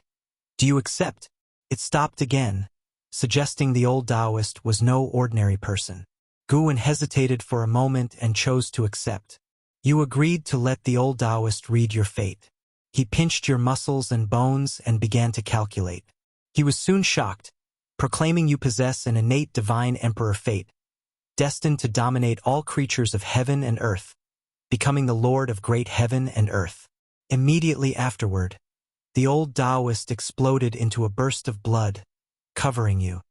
At 25, you accidentally entered the grotto heaven of an ancient great cultivator and learned the ancient strange skill, divine desolation technique. Guwen's lips twitched when he saw the part about the old Taoist's explosive demise. After that, he picked the more cautious options whenever possible. Year after year passed. Guwen was on tenterhooks, fearing an early death. When he made it past 200 years, he smiled, finally setting a new record. However, without the life-stealing ability, Longzhan's growth was surely not as fast as Chulu Shaoxingtian, and without a displayed realm in the prompts. Take it slow. Guwen then became even more earnest, determined to strive to survive this life. As time ticked by, Yilan was meditating on the bed, while Guwen sat at the desk, the room engulfed in silence. Birdsong occasionally rang out from outside the window, adding a serene atmosphere of passing years. After an ancient hour, Guwen let out a sigh, his expression grave, mired in struggle. At the age of 187,632, you met with the dragon family ancestor, who said he could fully awaken your bloodline, allowing it to fuse with your chi fortune and create an unprecedented physique. Do you accept his help? Guwen had achieved the status of war god of the divine continent and was now venturing through the cosmos when he encountered the ancestor. He always felt the ancestor was up to no good. He did not want to die after coming this far. If the ancestor was benevolent, he wouldn't make things difficult for a descendant who refused him. If malevolent, not trusting him might lead to disaster, but trusting him could lead to plummeting into the abyss. Do not accept. You refused the help of the dragon family ancestor. The ancestor was enraged and attacked you, intending to suppress you. After a great battle, you escaped with severe injuries. At the age of 187,633, you met with Fairy Zi Yuan, who fortunately saved you. Your injuries were healed thanks to her. Next came adventure. Fairy Zi Yuan began to follow him on adventures, making him less lonely. As for his wife, Han Jiaoer, he had gone to bid her farewell when he was 100,000 years old. They had been parted by yin and yang. It was because of this that he left his descendants behind and ventured alone into the cosmos. Guwen became more relaxed in his subsequent choices, as Longzhan grew stronger and always managed to escape from death. Half an ancient hour later, at the age of 350,896, You unified a small universe, established the battle court, and married Fairy Z Yuan. You self-proclaimed as the Emperor of Heavenly Dragon and crowned Fairy Z Yuan as the Heavenly Empress. Quite impressive. Guwen suddenly felt a sense of achievement, as if unlocking an epic achievement in a game. He could persevere further. Guwen rubbed his hands together and continued to read on. One 10,000-year span followed another. After tens of thousands of years, at the age of 360,000, you broke through your own shackles, achieving the Tao Void mysterious immortal realm, shocking the cosmos. You regained your life grid. Do you activate the life-stealing ability? Here it comes. It's here. Guwen chose to seize without hesitation. You activated the life-stealing ability. You sacrificed a universe of living beings, resulting in a massive surge in lifespan. Sacrificed? Guwen's face turned pale. How could he be so reckless? At the age of 360,001, just as you transcended the 9 heavens of immortal path and became one with the immortals and gods, a terrifying hand reached across the river of time and snuffed you out. You were executed by the Annihilation God Emperor. Reincarnation ends. What the hell? It ended so abruptly? After he activated the life-stealing ability, Guwen hadn't even made a choice. Guwen immediately vanished from the room and appeared on an island overseas, initiating the lifespan barrier. He then sat down and looked at the last few prompts, grinding his teeth. Good. Very good. Annihilation God Emperor. Another name was added to Guwen's list of grievances. Following that, a huge influx of memories flooded into his mind. It was the entire life of the Emperor of Heavenly Dragon, Long Zhan. It was only after truly receiving the memories that Guwen realized how extraordinary Long Zhan's talent was, being unique from birth, inspiring great expectations from his family. The love between him and Han Jiaoer also left Guwen deeply moved. Once Long Zhan ventured into the cosmos, his life became even more extraordinary, his story deeply touching. Within the memories, Guwen also saw Fairy Z Yuan, incomparably beautiful and with a grace none in the world could match. Chapter 314. Heavenly Dragon and the Ji family. As Guwen continued to assimilate Long Zhan's memories, his hostility towards the Annihilation God Emperor also began to weaken. This Long Zhan is too arrogant. Before his wife Han Jiaoer's death, he still exercised some restraint in his actions, but since he went to outer heaven, he completely unleashed himself and acted recklessly. The battle court he established was also tyrannical, rewarding those who followed him and annihilating those who opposed. The peace of heaven and earth sacrificed by Long Zhan was completely innocent and involved, and the creatures of that realm didn't even have time to react before they died. The whole world turned to dust in an instant. Before, Guwen felt that Xiao Shengtian was already arrogant enough, but compared to Long Zhan, he was nothing. If Guwen had been in the great heavenly spirit land and also possessed the ability to slay Long Zhan, he would definitely have made a move. After Guwen finished integrating the memories, it was as if he had lived through Long Zhan's life himself, becoming the Emperor of Heavenly Dragon. Yet, when he looked back, he was filled with regret and remorse. Before Long Zhan transcended the 9 heavens of immortal path, Fairy Z Yuan had advised him not to pursue enlightenment at the expense of harming other beings. Long Zhan didn't listen, and the two even broke ties over this. After the inheritance of memories ended, Guwen was still immersed in them. He was Guwen, but also Long Zhan. This feeling left Guwen with an indescribable sense. Perhaps this is what it felt like to remember a past life in one's current life. Clearly the same person, but with different personalities. After inheriting the memories of Long Zhan's life, Guwen also gained a lot, including insights into the Taoist heart and the ability to inherit Long Zhan's most powerful divine skills. Heavenly Dragon Reincarnation Dharma Aspect. This divine skill could condense the ultimate Dharma aspect of one's Taoist sorcery, and could even condense the Dharma aspect of a past life to fight alongside oneself. After creating this divine skill, Long Zhan had intended to cultivate through reincarnation evolution to create Dharma aspects for tens of thousands of generations, but an accident unlocked the life-stealing ability, and he no longer researched this divine skill, instead continually using lifespan evolution to enhance his divine skill. Guwen slowly opened his eyes and then disappeared inside the island retreat, returning to Yilan's estate. At this moment, Yilan was still in a state of path enlightenment. Guwen sat down and continued to reflect on Longzhan's life. The Longzhan who had transcended the 9 heavens of immortal path was truly powerful. The feeling of controlling life and casually manipulating rules fascinated Guwen even now. At the same time, he was also filled with dread at the power of the Annihilation God Emperor. He had truly been crushed to death by the Annihilation God Emperor with a single hand. He hadn't even seen the true form of the Annihilation God Emperor.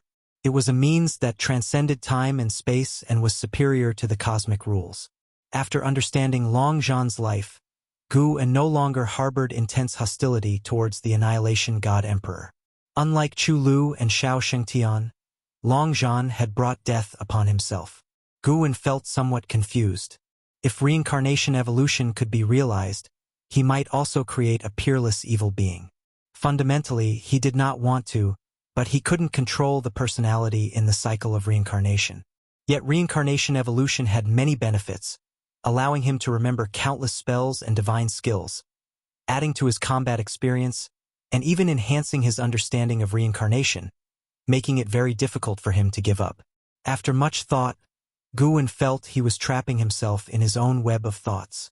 Why overthink so much? The path to becoming stronger couldn't possibly be achieved without harming the innocent. Many moral judgments are based on perspective, just like in war. Are not the civilians of the enemy's country innocent? At most, the next time he encounters a situation like Longzhan's, he could choose not to activate the life-stealing ability and rely on his own efforts to cultivate. In fact, even without the life-stealing ability, Longzhan's talent was very strong. Guwen began to review the cultivation technique of the heavenly dragon reincarnation Dharma aspect. He felt this Dharma aspect seemed familiar, as if he had seen it somewhere before. He soon remembered. The Ji family's heavenly dragon demon-suppressing form had some similarities. He planned to ask Ji Xiaoyu about it later. Ji Xiaoyu had already inherited divine skills when she returned to the Ji family and might be able to perform the heavenly dragon demon-suppressing form. The sun set and the moon rose. A night passed. Yilan gradually woke up and felt as if she had had a dream, one she couldn't remember clearly after waking up. When she opened her eyes, she felt the entire world had changed. Her gaze fell on the table and she saw Guwen reading a book. Guwen turned his head to look at her and smiled, asking, "Awake, Yilan?" Divinity Transformation Realm Level 5222/600/800. Her lifespan limit had increased by 200 years. Guwen let out a sigh of relief, his face showing a smile. As long as there were results. But the effect was somewhat weak. He was, after all, a divine thought true immortal. Guwen carefully examined Yilan and noticed a subtle breath dissipating from her body, like the heaven and earth rules, but even more difficult to detect. "How did I fall asleep?" Yilan asked, puzzled. Guwen rolled his eyes and said, "You're asking me? It's not like I drugged you, is it? I'm not even blaming you. I came all this way, and while we were talking, you fell asleep, leaving me hanging." Yilan showed an embarrassed expression and couldn't help asking, "Then why didn't you wake me up? You were cultivating even in your sleep. It was clearly not ordinary sleep, so how could I dare to interrupt you?" Guwen replied, standing up. "I'm leaving. They'll come to see you again next time." "Sister, why not stay a couple more days?" "No can do, Medicine Valley can't do without me." "Really? How come I heard you're always hands-off as a manager?" "How could that be?" The two bickered for a while, but in the end, Guwen firmly decided to leave. Yilan walked him to the estate's front door. Guwen suddenly stopped in his tracks, turned to look at her, and asked, "In your heart, which is more important, good and evil or affection?" He asked this because he was reminded of the scene where Longzhan and Fairy Zi Yuan broke ties. Although Longzhan brought it upon himself, the end result of his loneliness still left him sighing. Longzhan might have been overbearing, but towards the people by his side, he was quite good. He just didn't tolerate any dissent from them. Yilan was taken aback for a moment, then smiled gracefully and said, "If you were evil, I myself would not be evil, but I would always follow you as long as you don't abandon me." Guwen showed a smile and said, "Don't overthink it. I was just thinking about the plot in a book. I don't have the courage to do evil." With that, he waved his hand and walked away. Yilan watched his retreating figure, thoughtful. As summer approached, the weather cooled. In the woods, Guwen watched Ji Xiaoyu step onto the clearing with anticipation in his eyes. Ji Xiaoyu's forehead was etched with a red Dao pattern that burst into light. Her whole aura suddenly changed. She raised her right hand, and the spiritual power inside her activated in a sophisticated manner, quickly coalescing behind her into a golden wheel that resembled a round glowing door with intricate and profound patterns. As the golden wheel opened, golden dragons surged out from the intense light. Her heavenly dragon demon-suppressing form differed from her past life, but Guwen saw through it at a glance. The essence of the heavenly dragon demon-suppressing form shared the same origin as the heavenly dragon reincarnation dharma aspect, but was weaker and far less sophisticated than the latter. This discovery made Guwen's heart tremble. The heavenly dragon reincarnation dharma aspect was created by Longzhan himself. Could the Ji family be related to Longzhan? In Longzhan's memories, he only passed the heavenly dragon reincarnation dharma aspect onto his son Long Xian, which implies that Long Xian passed it down. From the life experiences of Chu Lu and Xiao Shengtian, their timelines might differ from Guwen's. Could it be that reincarnation evolution might project into the past? Ji Xiaoyu dismissed the heavenly dragon demon-suppressing form, then approached Guwen and asked, "How was it?" Although she wasn't sure why Guwen wanted to see the heavenly dragon demon-suppressing form, it was renowned throughout the world, and showing it to outsiders did not violate clan rules. Truly formidable. It fills me with awe. The person who created this divine skill must truly be a godly being. Does the Ji family have a record of who created it? Guwen exclaimed. Ji Xiaoyu thought for a moment and said, "This divine skill has an ancient origin, created by an ancestor. Who exactly created it, I am unsure, but if you care, I can look into it when I return." Guwen nodded. "I'm indeed curious. I want to write a book, inspired by the Ji family's history." Upon hearing this, Ji Xiaoyu smiled and said, "The vice sect leader is looking forward to you writing about the Ji family." The two continued their conversation, with Ji Xiaoyu planning to introduce other divine skills. But Guwen showed no interest, so she gave up. Both of them headed towards Medicine Valley. The heavenly dragon demon-suppressing form was created by the Reincarnation Path Emperor, or perhaps I have seen her perform it. A voice came from the forest ahead, and stealing the 5 elements appeared. Ji Xiaoyu frowned, her expression full of displeasure. Guwen had already noticed stealing the 5 elements eavesdropping, and he too was speculating whether it was related to the Reincarnation Path Emperor, so he didn't mind stealing the 5 elements' presence. Currently, only the Reincarnation Path Emperor in the Ji family could travel to outer heaven. Stealing the 5 elements, seeing the look in Ji Xiaoyu's eyes, laughed and said, "She once said that at the other end of the universe, there exists a more vast expanse of heaven and earth that I can't even fathom." After hearing this, Guwen suddenly suspected that the dragon race or the battle court might still exist. Of course, it was just a guess. Although he integrated Longzhan's memories and became Longzhan, he had no intention of seeking out the dragon race or the battle court. Staying honestly in the great heavenly spirit land was the righteous path. Even the strong could be crushed by others.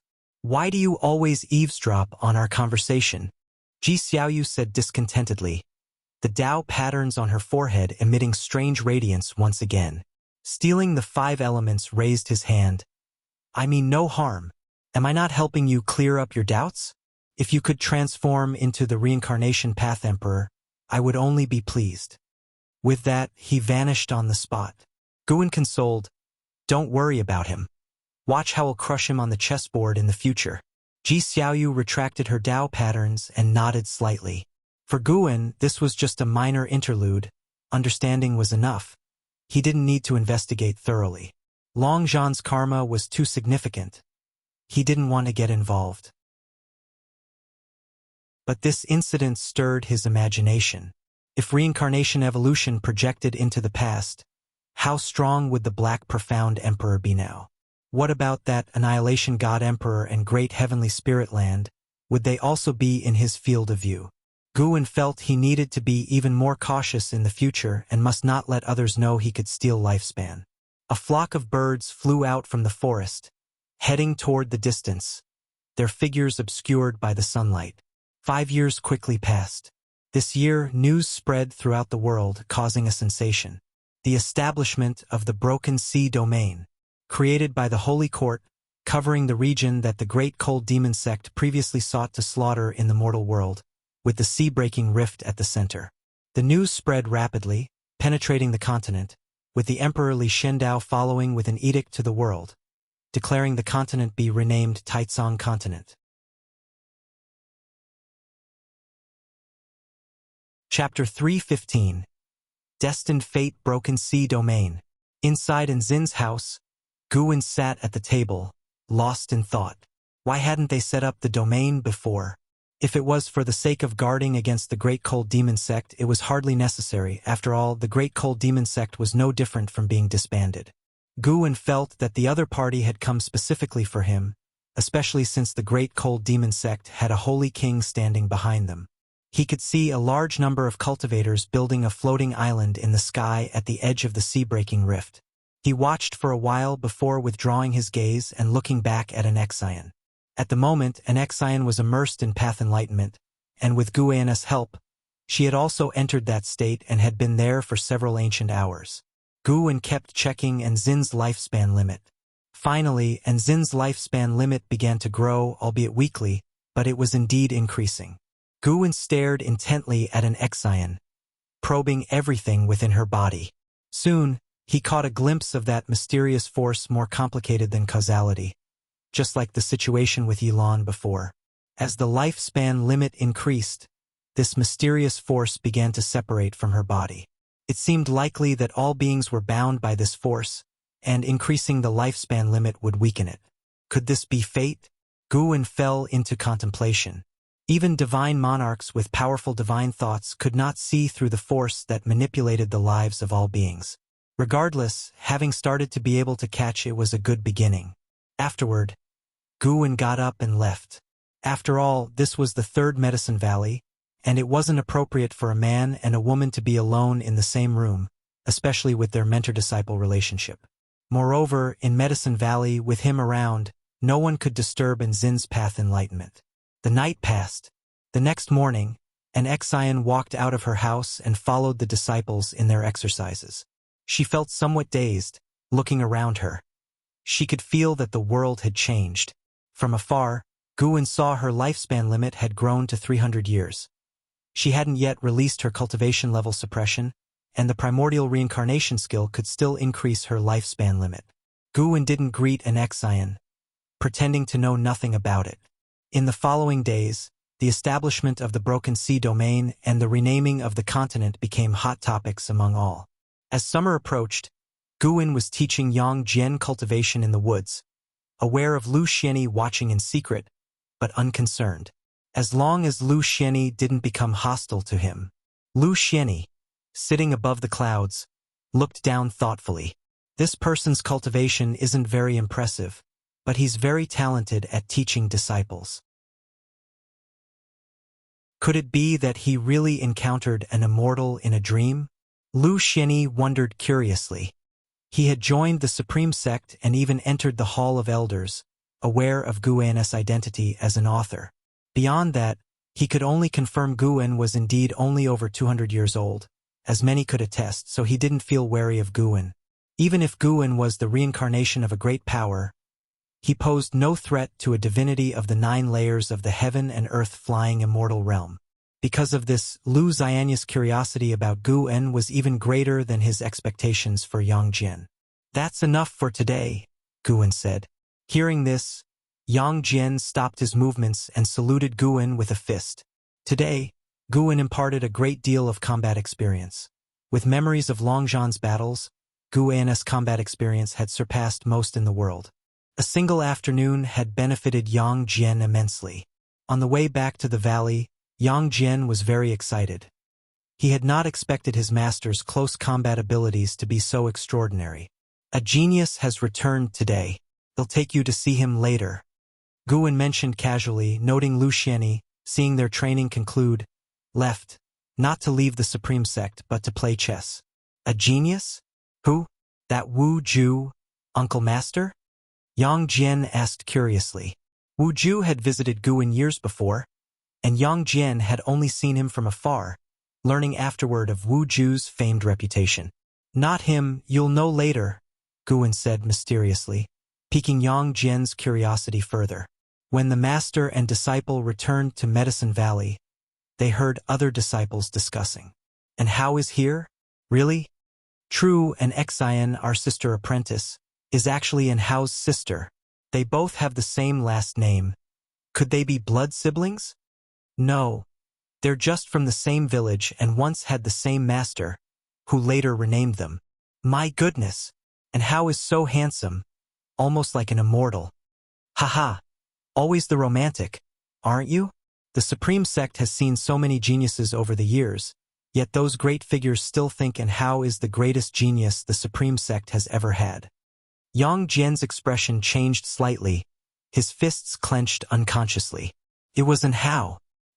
He glanced at Guwen covertly, noticing no reaction, and so he suppressed the excitement in his heart.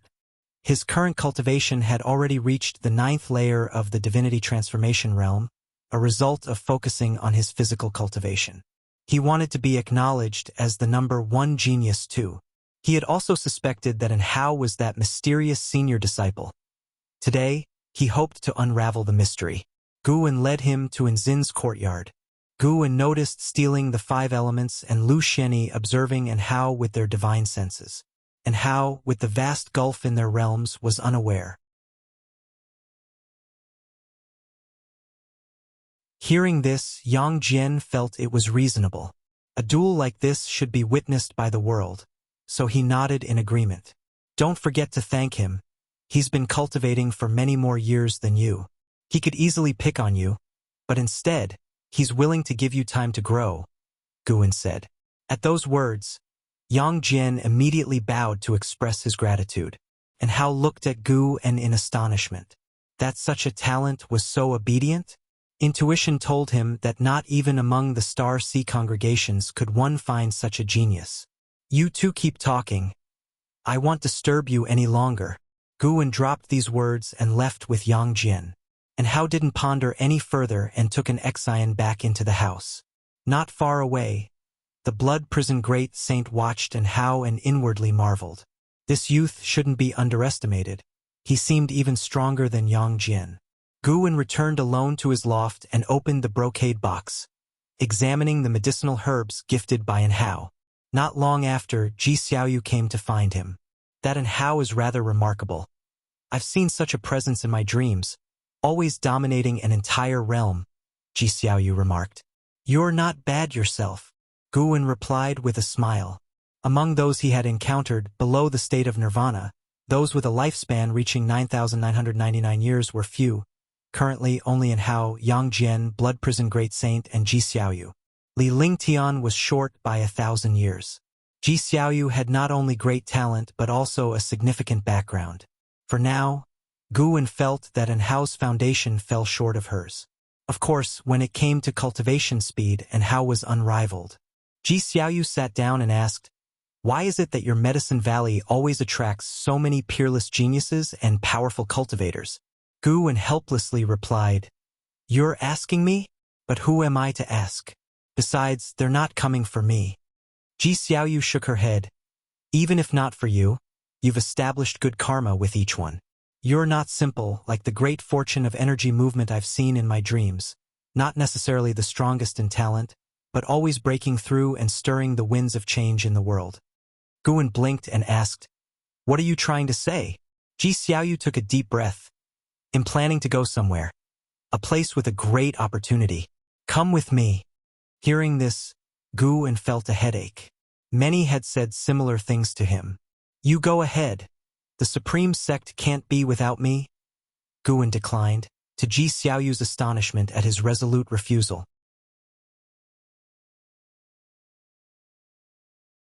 Chapter 316. Mysterious Heavenly Demon.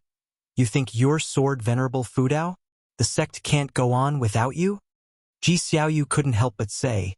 Her angry glare was actually quite charming. Guwen thought as much but said, making contributions, does it really have to be divided by cultivation levels? Guarding the sect outside is merit, as is guarding Medicine Valley. I cultivate medicinal herbs for the supreme sect with all my might. Isn't that also a laborious and meritorious deed? Ji Xiaoyu tried to calm her emotions and began to speak of the great advantage of that opportunity. Despite Ji Xiaoyu's persuasion, Guwen just wouldn't agree, which infuriated her. Another person was just as infuriated, and that was An Hao. No matter how he persuaded, an Exian simply refused to follow him to the Star Sea congregations. That day, Ji Xiaoyu left the Third Medicine Valley. Less than an hour after her departure, An Hao also stormed off, though he was not leaving the Supreme Sect. He still needed to return to the main city of Sect to have a talk with the higher-ups. Dusk descended. Guwen and an Exian stood in front of the wooden railings, their shadows elongating with the setting sun. Guwen, admiring the desolate beauty of the sunset, softly asked, "Don't you regret it?" An Exian turned her head, looked at Guwen's profile, and asked, "Master, do you have any regrets?" "Ha, we're different. Ji Xiaoyu has the Ji family behind her, but An Hao only has you." Guwen shook his head with a bitter smile. An Exian looked to the horizon and said, "He has more than just me, and his heart holds the entire mortal world. He's long since not the senior brother I knew. I can't be the stumbling block in his path." For some reason, Guwen suddenly felt the impulse to focus on cultivating an Exian. It would be interesting to have an Exian surpass An Hao. Unfortunately, for now he could only contemplate it, as reversing the gap between the two was not so easy. The master and disciple began to discuss matters overseas, imagining how powerful the Star Sea congregations were and how awe-inspiring the sea-breaking rift would be.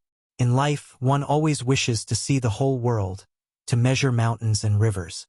Above the sea of clouds, Blood Prison Great Saint carried Guwen as they flew, feeling the vibrant spiritual energy of the region, and couldn't help but take a deep breath. "Master, where exactly is this place?" Blood Prison Great Saint couldn't resist asking. Guwen replied, "Another sect I've joined. You must not reveal this to anyone, including Jenner." Upon hearing this, Blood Prison Great Saint's body shivered, feeling a surge of excitement rush to the top of his skull, unable to contain his exhilaration. A secret only he knew? Perfect. Didn't this mean he had surpassed Yang Jian in the heart of his master? Serves that kid right for wanting to go out and make a name for himself. Blood Prison Great Saint thought gleefully. Since meeting An Hao, Yang Jian had been practicing even harder, saying that in the future he wanted to go out and make a name even more renowned than An Hao's. That kid really didn't understand the heart of the master. The master, with his unfathomable Tao level, was a hermit in the bustling world, clearly disliking the high-profile life. Yang Jian was truly drifting away. Guwen could feel Blood Prison Great Saint's excitement, his bovine body trembling as if this fellow was simply overwhelmed by the rare opportunity to travel far. This place was none other than Mortal World Peak. Guwen disliked the slow pace of Blood Prison Great Saint and used his divine thought to help speed him up. After they entered the peaks of the Mortal World Peak, Blood Prison Great Saint looked around curiously, his bovine eyes wide open, as if a countryman had entered the city for the first time. And so they arrived at Dingtian Peak. Ever since Guwen extinguished Mohen the Old Man, Dingtian Peak had seen a surge in popularity, with an increase in the number of disciples and students coming and going from all directions. Blood Prison Great Saint could feel the aura of those along the way and was secretly shocked. How did it feel like any random person was stronger than he was before the seal? Guwen, leading him, went all the way to the mountain top. As soon as they landed, Zhu Xinglan appeared. Bowing respectfully towards Guwen, Blood Prison Great Saint sized up Zhu Xinglan with curious eyes. "Master, a mysterious cave was discovered within Dingtian Peak, containing powerful restrictions. Would you like to take a look?" Zhu Xinglan asked. Upon hearing this, Guwen nodded and asked him to lead the way. Along the way, Zhu Xinglan briefed him on the cave at the foot of the mountain, nearly submerged under the sea surface, discovered by two disciples during a combat practice. Zhu Xinglan suspected it was related to the previous insurrection, which had been a while ago, but according to him, terrible demons had emerged at that time, nearly destroying Dingtian Peak to the ground, to the extent that the Peak Master had fallen. Gu Wen couldn't help but think of Mo Hen the old man. Considering Changtian Peak was a better choice, but Mo Hen the old man chose Dingtian Peak. Could it be because of that cave? Blood Prison Great Saint was even more excited, not expecting to encounter something so thrilling upon arrival. They flew downward and quickly reached the entrance of the cave, where two wandering immortals stood guard. Upon seeing Gu Wen, they quickly stood up and saluted. Gu Wen nodded, then asked Blood Prison Great Saint to follow Zhu Xinglan into the cave. With Zhu Xinglan leading the way, he could not help but wonder why his master was riding a mere mortal ox. Such a fortunate ox head. Gu Wen had just entered the cave and felt a subtle aura. The aura of a heavenly demon? He asked. Has this been reported to the main peak? Zhu Xinglan shook his head. No, the main peak's master has been in seclusion, and Mortal World Peak has always managed its own affairs. He paused, then added, You are the peak master. As long as you do not abdicate, everything about Dingtian Peak is yours. These words made Gu Wen feel comfortable in his heart, and he became increasingly satisfied with Zhu Xinglan. The guy was simply the perfect Hu Shaojian, so easy to use. Bypassing the long cave tunnel, they arrived at a spacious chamber. Gu Wen could sense the thick space restriction here, almost like an exotic world's dimension, making the place look extremely vast. The chamber wasn't too dark, floating with countless bright lights, like fireflies, which were actually spiritual energy condensed into form. They stood on an array platform, where a stone pillar stood erect, pitch black, with a rough surface, reflecting a cold light. Gu Wen got off Blood Prison Great Saint's back and approached the stone pillar. With his hand on the stone pillar, a powerful force erupted, startling Zhu Xinglan into immediately deploying his mana to defend, not forgetting to protect Blood Prison Great Saint. Zhu Xinglan's eyes widened as he saw Gu Wen's hand actually penetrate the stone pillar, the point of contact glowing eerily, as if it were the mouth of an exotic world. A gale followed from that mysterious mouth, the wind black as midnight, like countless sinister Dao patterns, sending shivers down the spine of both Zhu Xinglan and Blood Prison Great Saint. Gu Wen withdrew his hand, holding a soul in his grasp. A soul body of an old man, about as large as a baby. He was held by Gu Wen, unable to break free, his face full of fear. Dark Soul Ancestor, Divine Immortal of Wondrous Dharma Realm Level 3, 1-209-894/130000/1900000 Gu and looked at the other's age and raised an eyebrow. Zhu Xinglan couldn't help but caution, Master, be careful. Gu Wen's right hand clenched, and the Dark Soul Ancestor disintegrated. Zhu Xinglan, seeing this, sighed in relief and asked, Master, what realm was he at? He could feel that the Dark Soul Ancestor was very sinister, but what realm he was from, he couldn't tell.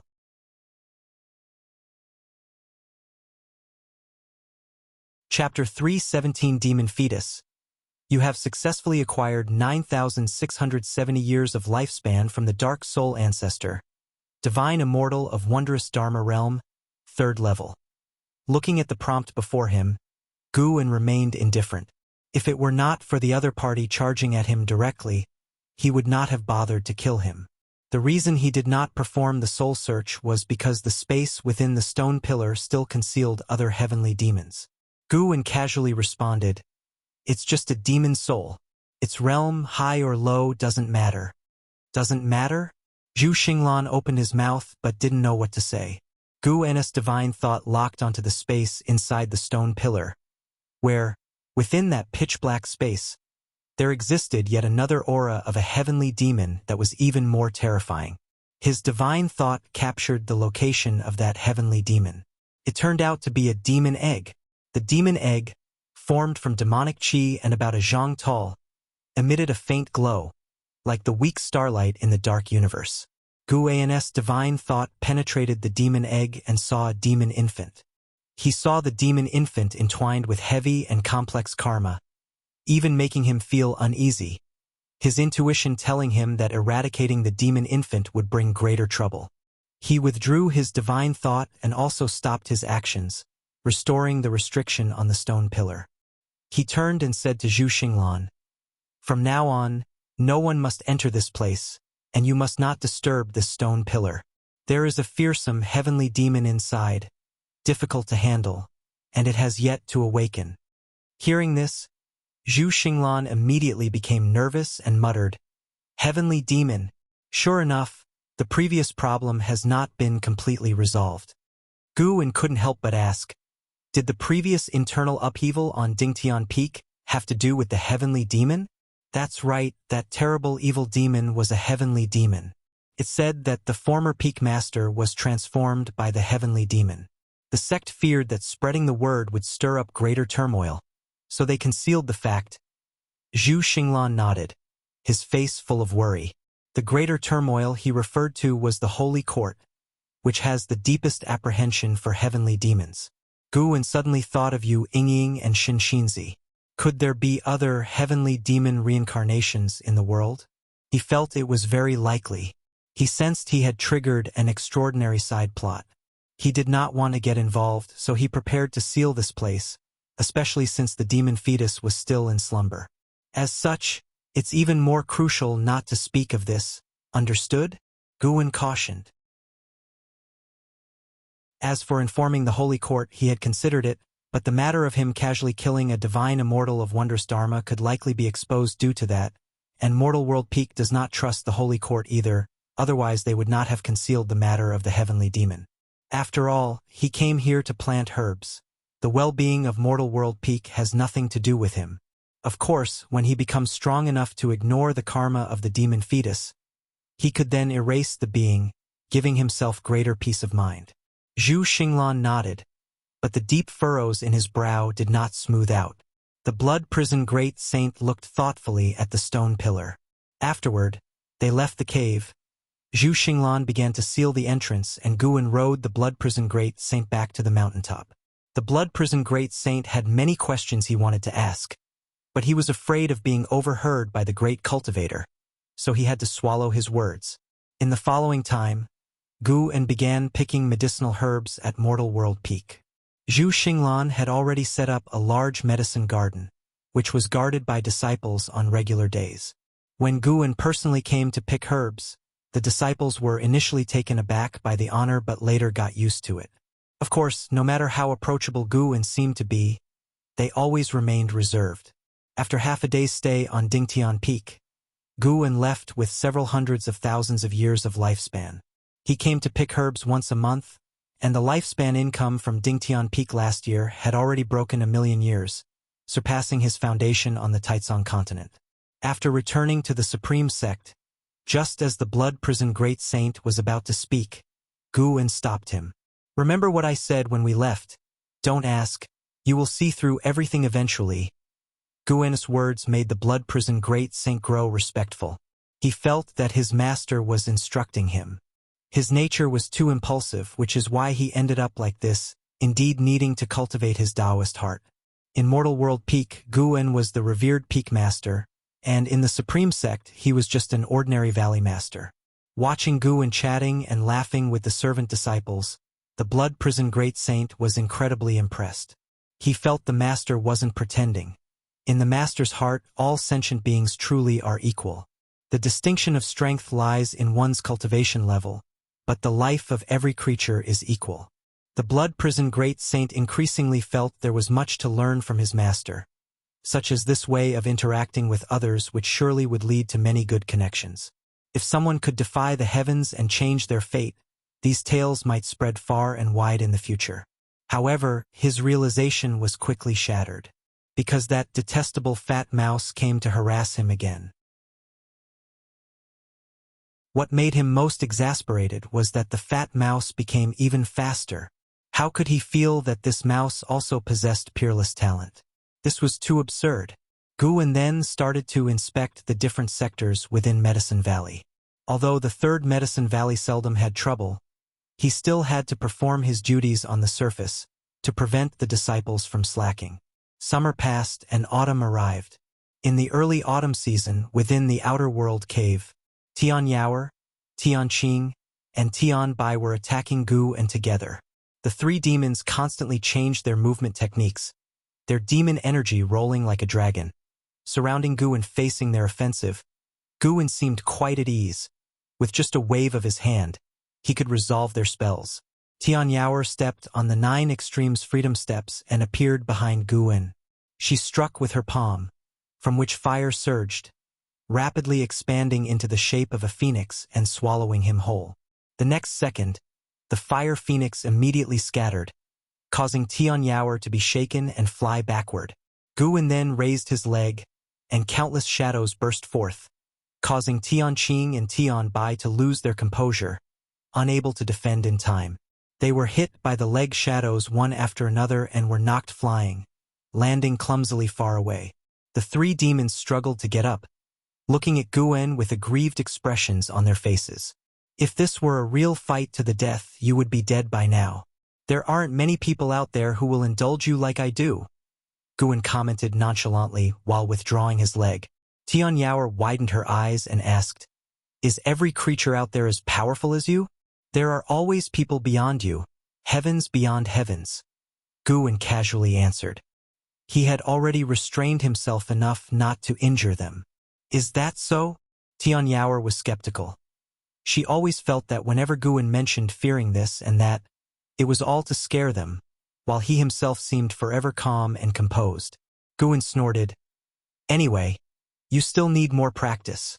Tian Qing and Tian Bai immediately approached, clinging to Guan's arms and sweetly agreeing with Master. This made Tian Yaoer grit her teeth with irritation. Why did it seem as though the other two had been spoiled rotten? After Guan gave a few more pieces of advice, he took his leave. Tian Yaoer immediately pounced on Tian Qing and Tian Bai, and the second battle commenced. The autumn wind swept through, blowing a leaf into the courtyard where an elderly man in rich attire was sweeping the floor. It was none other than the aged Xiaochuan. Xiaochuan held the broom with both hands and swept slowly, as if his sweeping was not just cleaning the ground, but also a gesture of refinement. A young boy ran into the yard, spotting Xiaochuan, and couldn't help but exclaim, "Grandfather, why are you sweeping again? Is sweeping that fun? It's not like we have no servants in the house." The young man wore blue clothes, had a fair face, and appeared to be around 15 or 16 years old, with his hair tied up high, exuding youthful vigor. Xiaochuan didn't stop his sweeping but replied with a kindly smile, "It's not about fun. It's a habit. Sweeping helps me reminisce about the past. When you get old like me, you too will love to look back. You're young and don't understand." The boy stepped forward, hands on his hips, discontentedly saying, "Grandpa, I heard you once practiced in the immortal sect. Why don't you recommend us to enter the supreme sect and cultivate?" Cultivation is not forbidden to ordinary people. Over the years, cultivators have appeared in the city from time to time, and the magistrate's grandson has even gone for cultivation. "Grandpa, although our family has money, it's not enough. We must think long-term." He rambled continuously, while Xiaochuan watched him complain without getting angry. Once he finished, Xiaochuan suddenly asked, "What if you go to the immortal sect and discover your cultivation talent to be very ordinary, inferior to anyone around you, being left behind by them continuously? What would you do?" The boy glanced with disbelief. "How could I be that bad?" "Your grandfather, I was just that bad. But people are different, right? If someone with exceptional talent emerged from our family, wouldn't that be a blessing for generations, and even you would benefit?"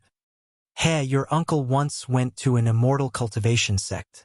His talent was mediocre, and he nearly died in a conflict with cultivators. Whether someone is extraordinarily talented or not, these eyes of mine can see." Xiaochuan shook his head and said as each descendant grew up, they would come and ask him these questions. He had also sent children to practice, but the results were always unsatisfying. Of course, he didn't send them to the supreme sect. He didn't want to cause more trouble for his senior brother. If they couldn't succeed in other sects, how could they go to the supreme sect? But can you really see that clearly? The boy asked with wide eyes, his face turning red with urgency. Just as Xiao Chuan was about to respond, his eyes suddenly widened. Guwen walked into the courtyard, looking around as if searching for something. When Guwen spotted Xiao Chuan, he too broke into a smile.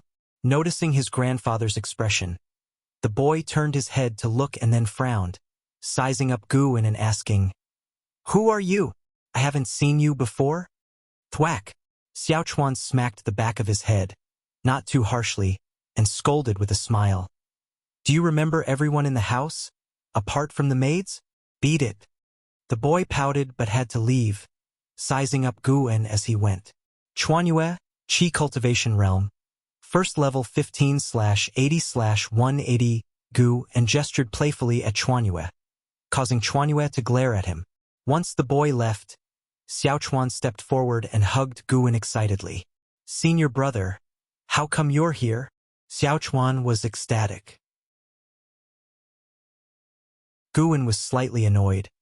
"When your grandson was here, why didn't you call me senior brother?" Xiao Chuan grinned.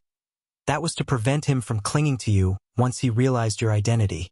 You are a high cultivator of the supreme sect, at least in his eyes." Looking at the signs of aging on Xiao Chuan's face, Guwen felt a sense of nostalgia. Why stop the children from seeking the immortal path? I'm not stopping them. They just want to use my connections to get in. If they truly possess the talent, they will rise even without my intervention. Xiao Chuan shook his head. His words seemed to make sense to Guwen. Decades had passed, and Xiao Chuan had become more mature, with the sediment of years evident on him. No longer the silent youth who once followed Guwen.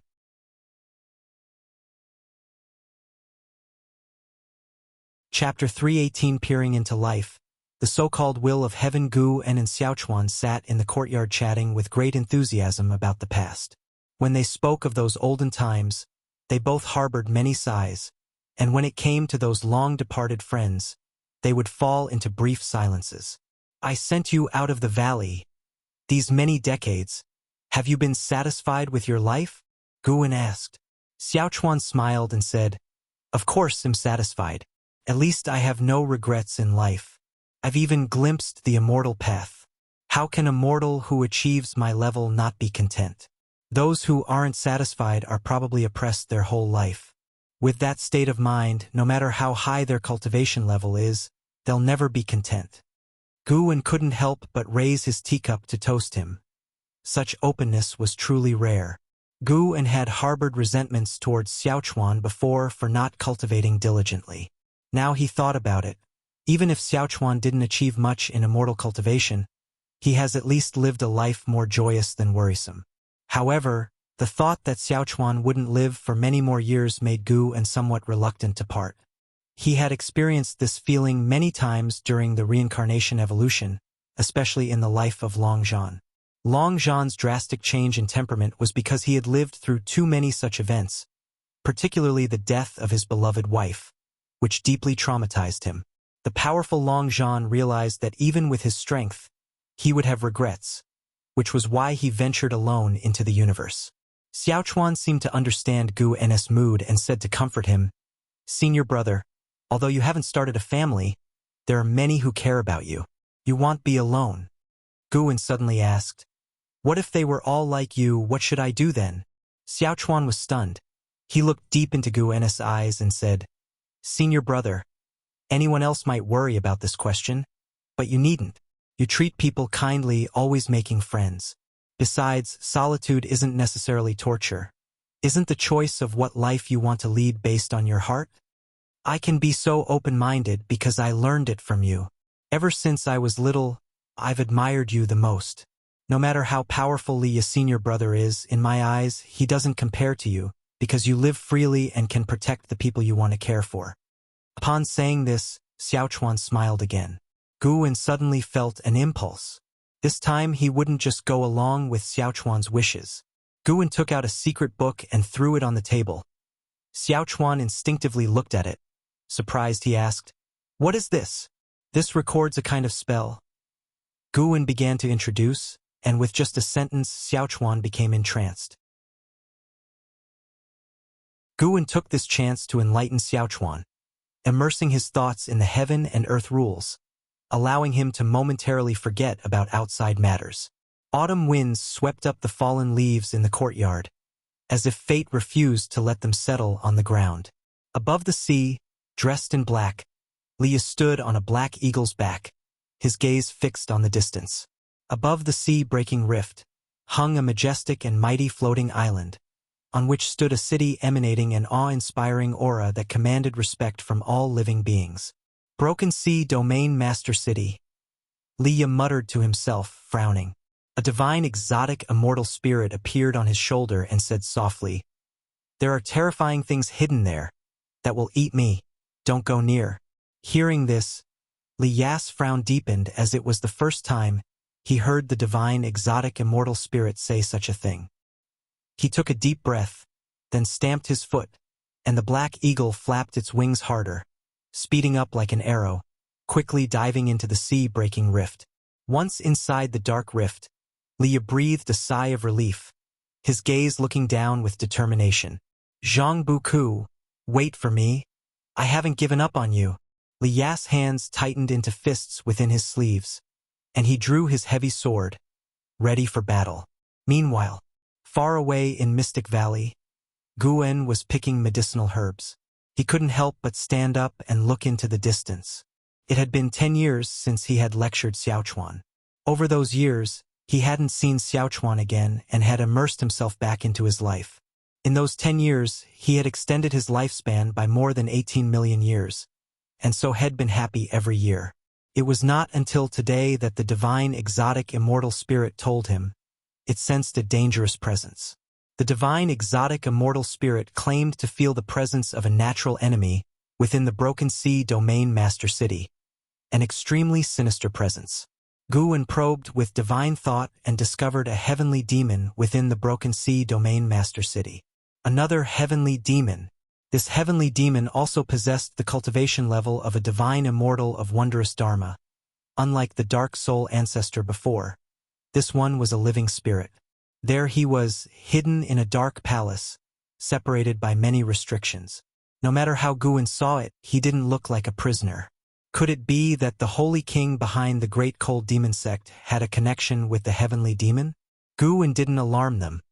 Exterminating demons was easy, but severing causality was difficult. It was better for both sides to wait, even though he did not know what the other side was waiting for, but he knew he was growing stronger every year. Nirvana, loose immortal, wandering immortal, heaven and earth flying immortal, carefree primordial immortal, divine immortal of wondrous dharma, Tao void mysterious immortal, and divine thought true immortal. In this world where even carefree primordial immortals were rare, Guwen, in the realm of divine thought true immortal, had the confidence to face all trials. Guwen watched for a while longer, then withdrew his divine thought. He wasn't panicked by the calculations of that holy king. He felt that the holy king might be a pawn of the heavenly demon. Inviting the hostility of the heavenly demon for personal grievances, though not afraid, was unnecessary. Guwen continued picking medicinal herbs, humming a little tune. Once he finished picking the medicinal herbs, he left Mystic Valley. He arrived on the eaves of a building at the Chuan residence, his gaze on Xiaochuan, who was cultivating in the courtyard. After that enlightenment, Xiaochuan devoted more time to cultivation, a subject he had mentioned to no one. Guwen saw that Xiaochuan's ultimate lifespan had increased to 415 years. Not too bad. He then peeked into Xiaochuan's causality. On a typical day, Guwen wouldn't only be playing around, he cultivated too. What he studied the most was the causality of life. He could now probe the entire lives of mortals.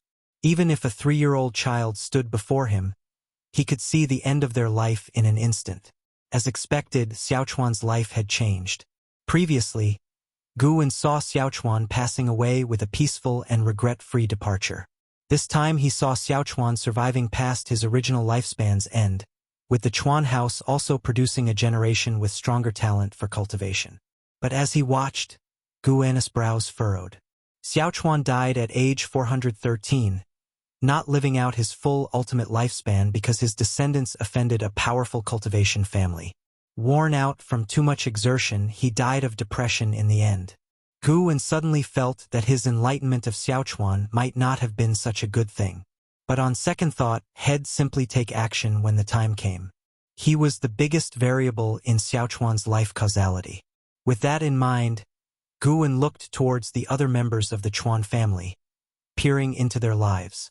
A mortal's life seems long to them but is short in his eyes. Their decades of experience would just flash by him, causing no burden and not affecting him in the slightest. That was the strength of a divine thought true immortal. Not to say divine thought true immortal, even a Tao void mysterious immortal could reach this degree. It wasn't long before Guan's gaze landed on a boy called Chuan Qi. Chuan Qi, untrained in Qi cultivation 3/120/1050. Such talent was definitely the strongest among Xiao Chuan's descendants. Guan began to probe into Chuan Qi's life. It wasn't Chuan Qi who offended the cultivation family, but another member of the Chuan house. After Xiao Chuan's death, Chuan Qi left the family and ventured alone into the immortal cultivation world.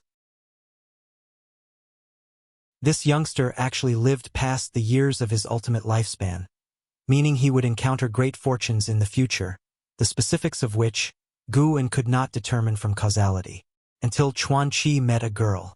After that, the causality broke, and his future became unfathomable. When Guan saw the girl, he could instantly tell she harbored a heavenly demon's soul. Another heavenly demon. Exactly how many heavenly demons had infiltrated the great heavenly spirit land? Guan frowned and continued to scan the others. He stood proudly on the eaves, unseen by those passing through the courtyard below. After 30 minutes, Guan finally returned to the third medicine valley. He stepped down from the transmission array platform, pondering over causality and fate. Guan, come over for a game of Go. A voice called out, and as Guan turned his head, the caller was none other than the Nine-Finger Divine Lord. In recent years, Lu Xianyi and stealing the 5 elements had left. There were only 2 great cultivators left in the valley, Shenxinzi and the Nine-Finger Divine Lord. Shenxinzi was not very interested in Go, preferring to study Journey to the West and Investiture of the Gods. Guan didn't understand why Shenxinzi could keep on reading those 2 books over and over, but he chose to respect his choices. Guan walked towards the Nine-Finger Divine Lord while simultaneously probing his causality and fate.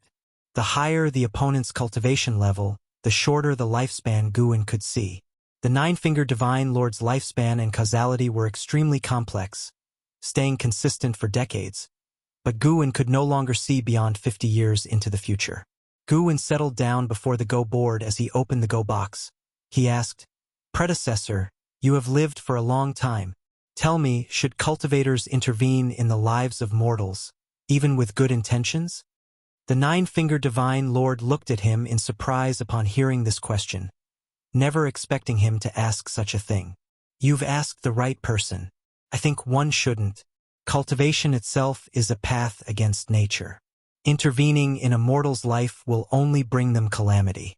There is a will of heaven inherent within the universe. Once, I faced a trial. That ordeal left me gravely injured, losing a finger, but it also confirmed for me the existence of the will of heaven. There is certainly a force beyond the reach and touch of cultivators that may lack consciousness, but it controls the fate of all beings. The higher my cultivation, the more I feel its vastness." As he spoke, a hint of fear even appeared in the eyes of the Nine-Finger Divine Lord. Guan curiously asked, "Is it from Holy Court?" Ever since the establishment of the Broken Sea domain, Holy Court had entered the collective consciousness of the beings on the continent, becoming an institution representing the divine forces amidst mortal beings. The Nine-Finger Divine Lord shook his head and said, "No, Holy Court is also at the mercy of this force. From what I know, between this world and the universe lies a barrier of power that prevents mortal spirits from flying out. It is like a set of rules, and even the Holy Court must obey. Guwen looked up, indeed aware of such rules. It was a layer of light enveloping the great heavenly spirit land that forced living beings to reach the heaven and earth flying immortal realm before they could fly to the universe. Even as a divine thought true immortal, Guwen could not see through these rules. The divine origin realm where Longzhan was not restricted by such rules. Guwen looked up at the sky and placed a stone onto the center of the go board.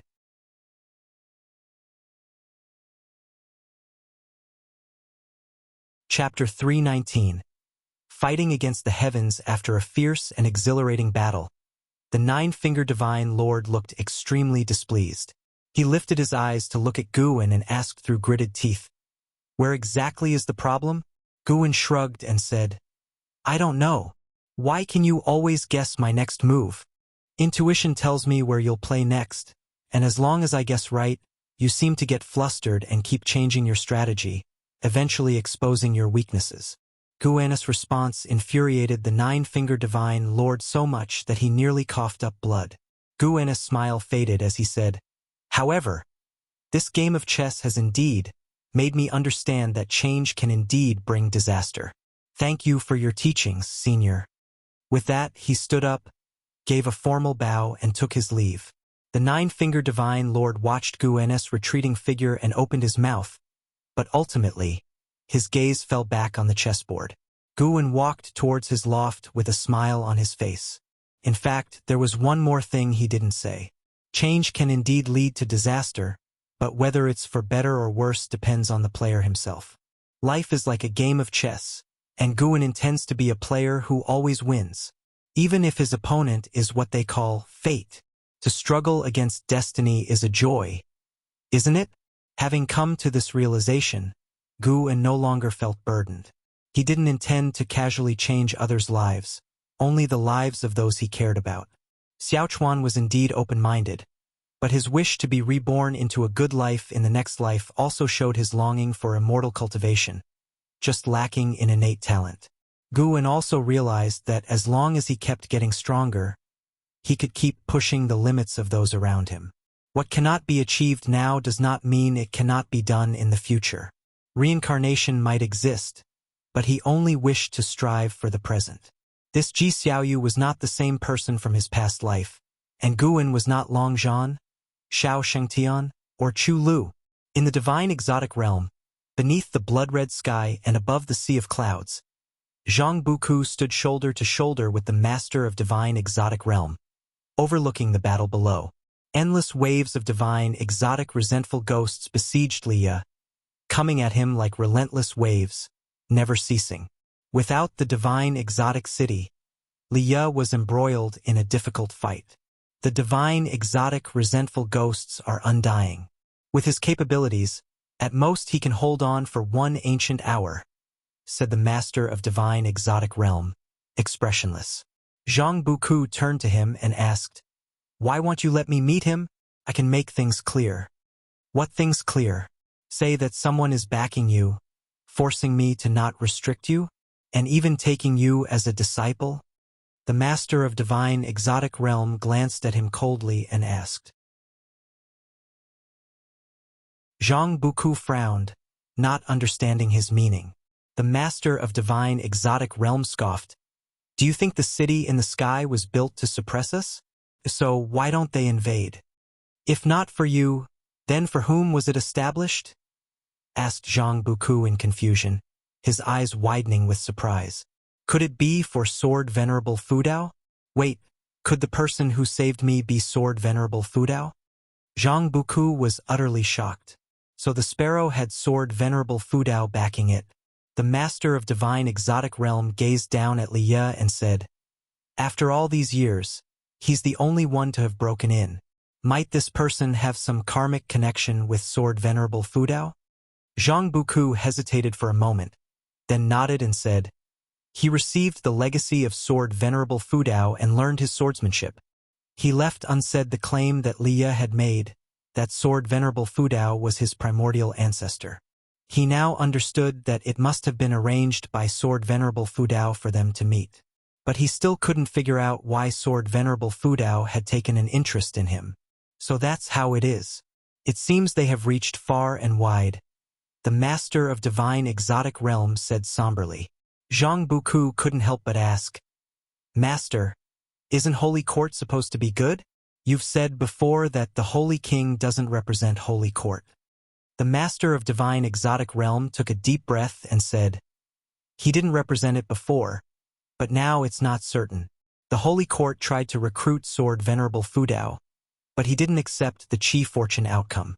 That's enough for the Holy Court to be wary. In fact, there is a certain power in this world that the Holy Court fears. We are the evolution of that power. It's precisely because of this that the Holy King has kept me, wanting to use me to identify that power. Zhang Buku quickly asked about the nature of that power. The master of divine exotic realm uttered 2 words, heavenly demon. Zhang Buku frowned.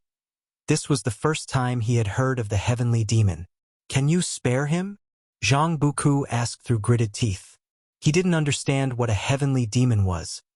All he wanted was for his brother to live. The master of divine exotic realm said somberly, I've already delayed the time, but if Sword Venerable Fudao doesn't appear and I let him go, then it's you and me who will die. Upon hearing this, Zhang Buku looked around. He increasingly felt as if there were eyes watching him from the shadows. He noticed the master of divine exotic realm's hand on his waist casting a spell. He looked back down and his eyes hardened. He was about to rush to help, but as he leaned forward, a hand pressed down on him. He turned to look, and the person holding his shoulder was the master of divine exotic realm. The master of divine exotic realm's expression was indifferent. At this moment, his look made Zhang Buku feel alienated and cold. The thought of Liya possibly dying was the thing Zhang Buku couldn't accept the most. He wanted to speak, but he couldn't utter a sound.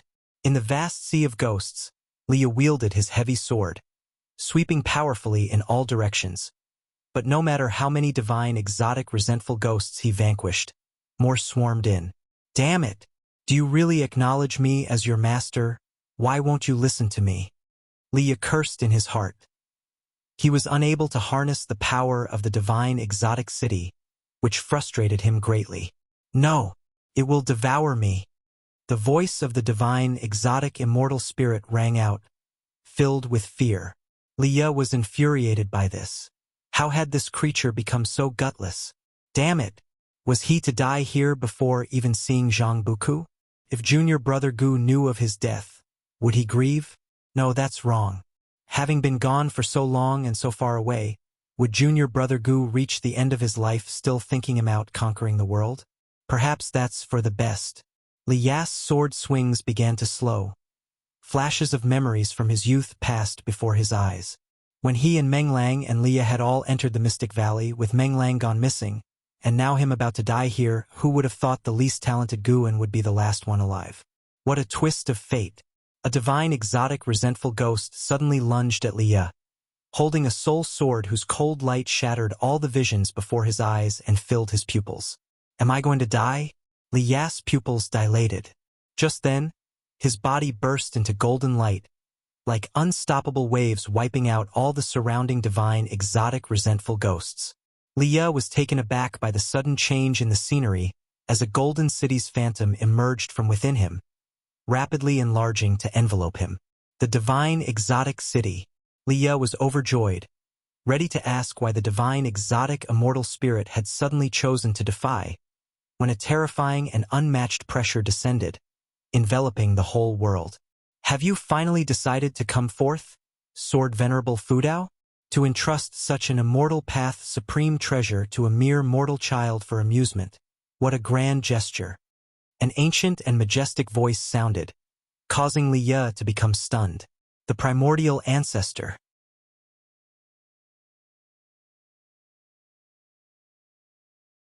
Chapter 320. Great Nether Saint King Divine Exotic City appeared, and the entire dim world was illuminated by dazzling golden light. Among it, Liya stared dumbfoundedly at his surroundings. He could feel that the power of Divine Exotic City was stronger than when he had used it, and it was incomparable.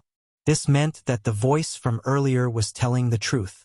Thinking about it, He had never truly mastered the power of divine exotic city. It was always commanded by divine exotic immortal spirit. Above the clouds, the master of divine exotic realm looked at the ever-expanding divine exotic city, his eyes flickering, unsure of his thoughts. Zhang Buku, however, felt a surge of relief. Should Sword Venerable Fudao truly arrive, then Liya would be saved. In his heart, Sword Venerable Fudao was an invincible existence, a belief shared by all creatures from the Taizong continent. A figure materialized next to Liya. He glanced over, his pupils suddenly dilating. It was that familiar demonic shadow. The dark purple demonic chi did not seem evil in his eyes but rather appeared endearing. Guwen tilted his head, glancing towards Liya. Liya quickly raised his hand in salute and said, "Primordial ancestor." Words jammed in his throat, unable to be spoken. Boom! Rolling thunderclouds quickly covered the blood-red heavens, countless thunderbolts twirling like dragons and snakes, immensely spectacular, plunging the land into oppression. The sea of clouds formed a giant face, occupying most of the sky, making everything between heaven and earth seem insignificant. Zhang Buku looked up at this giant face, speechless with shock, feeling an extremely terrifying pressure that he had never experienced before. Even the master of divine exotic realm looked solemn. The strength of the master of divine exotic realm was comparable to that of a carefree primordial immortal, yet he did not possess the comfort of a carefree primordial immortal. This giant face was truly the divine immortal of wondrous dharma, an existence surpassing the carefree primordial immortal. The master of divine exotic realm couldn't help but turn his gaze towards Gu and inside divine exotic city, thinking expectantly, "Sword Venerable Fudao, how will you face this?" Even the powerful great cold demon sect that besieged the continent in the past couldn't achieve such a presence. "Sword Venerable Fudao, why have you not accepted the rewards from the Holy Court?" An aged voice sounded again, stern in tone. Guwen slightly lifted his head, his voice reverberating across the heaven and earth. "Why must I accept? Am I considered a demon if I do not join the Holy Court?" If the Holy Court truly thought this way, Guwen couldn't help but be more wary of the Chi Fortune. Is Chi Fortune not a form of bondage? None of such, but refusing to join the Holy Court surely has some dubious reason.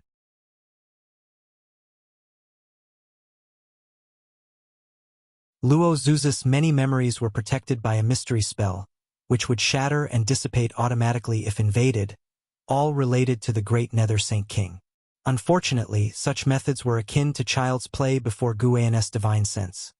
He easily deciphered them and glimpsed into Luo Zuza's dealings with the great Nether Saint King. The creation of the Broken Sea domain was indeed set by the great Nether Saint King. Within it was his arch-nemesis, the Candle World Saint King. Initially, the great Nether Saint King merely wanted to exterminate the Candle World Saint King, keeping him eternally in reincarnation. Many under his command took this opportunity for their gain, leading to the calamity in the Broken Sea domain. After Guwen made his move, the great Nether Saint King regarded him as an enemy. Now, the great Nether Saint King suspected Guwen might also be a reincarnation of the heavenly demon, hence he sent Luo Shuzi over. According to Luo Zuza's memories, the great Nether Saint King was not a heavenly demon, but he was fervently searching for the reincarnation of the heavenly demon, his intentions unknown to anyone. It appears it wasn't the Holy Court aiming for Sword Venerable Fudao but the great Nether Saint King's intent. The Holy Court had profound depth and numerous factions. Viewing the Broken Sea domain, it seemed vast, but in the eyes of the greater heavenly spirit land, it was but trivial, not even reaching the eyes of the standard first-rank heavenly position. The third-grade heavenly position, also known as the Holy King, was not short of position holders in the Holy Court. Ascending further were the second-grade heavenly position's Holy Minister and the first-grade heavenly position's Holy God. After searching Luo Zuza's soul, Guwen extinguished his soul. He wasn't concerned about further tricks from the great Nether Saint King. In fact, he was looking forward to seeing what the great Nether Saint King would do next. Facing an unknown adversary, regardless of how powerful his minions were, they would fall discreetly. Wouldn't the great Nether Saint King feel pressured? Although the Holy Court didn't care about the Broken Sea domain, the epic battle between Gu-en and the Great Cold Demon sect from years ago did reach the Holy Court.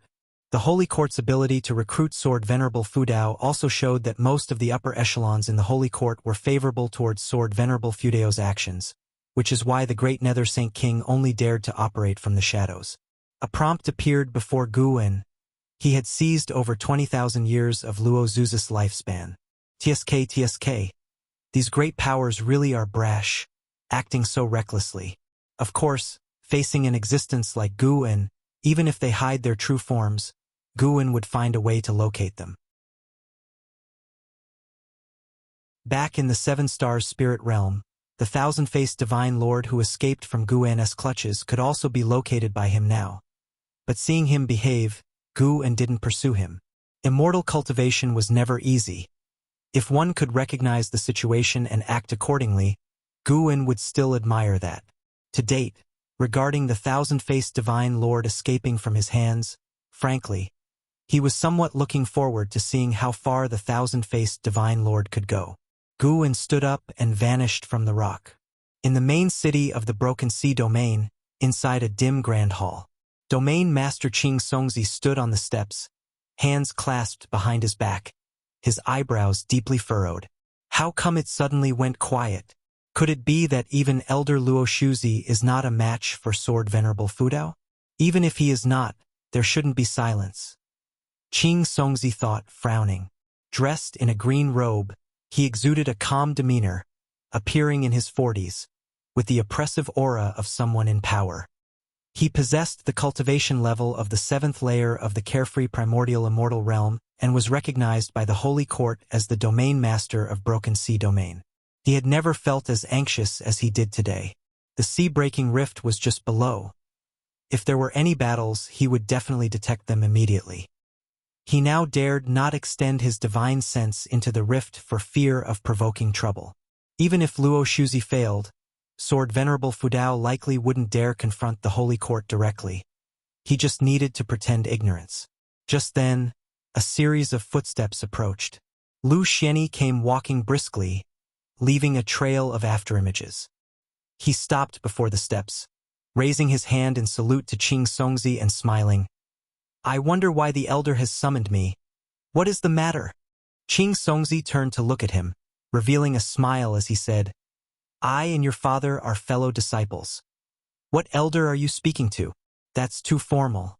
Call me your teacher uncle from now on." "Teacher uncle," Lu Xianyi responded, his mind already calculating. The other clearly needed him, which was why he showed such an attitude. As for the Great Nether Saint King behind Qing Songzi, he was also aware. Could it be that the main city of the Broken Sea domain was thwarted by Sword Venerable Fudao?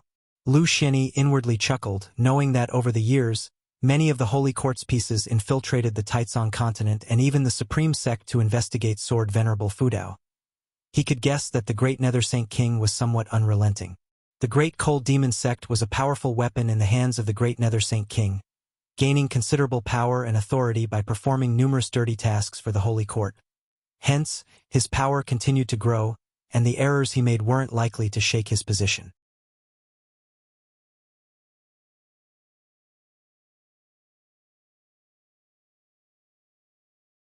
Chapter 321 Evil Tree. The events that took place within the sea-breaking rift did not spread, and just like that, a divine immortal of wondrous dharma disappeared without a trace.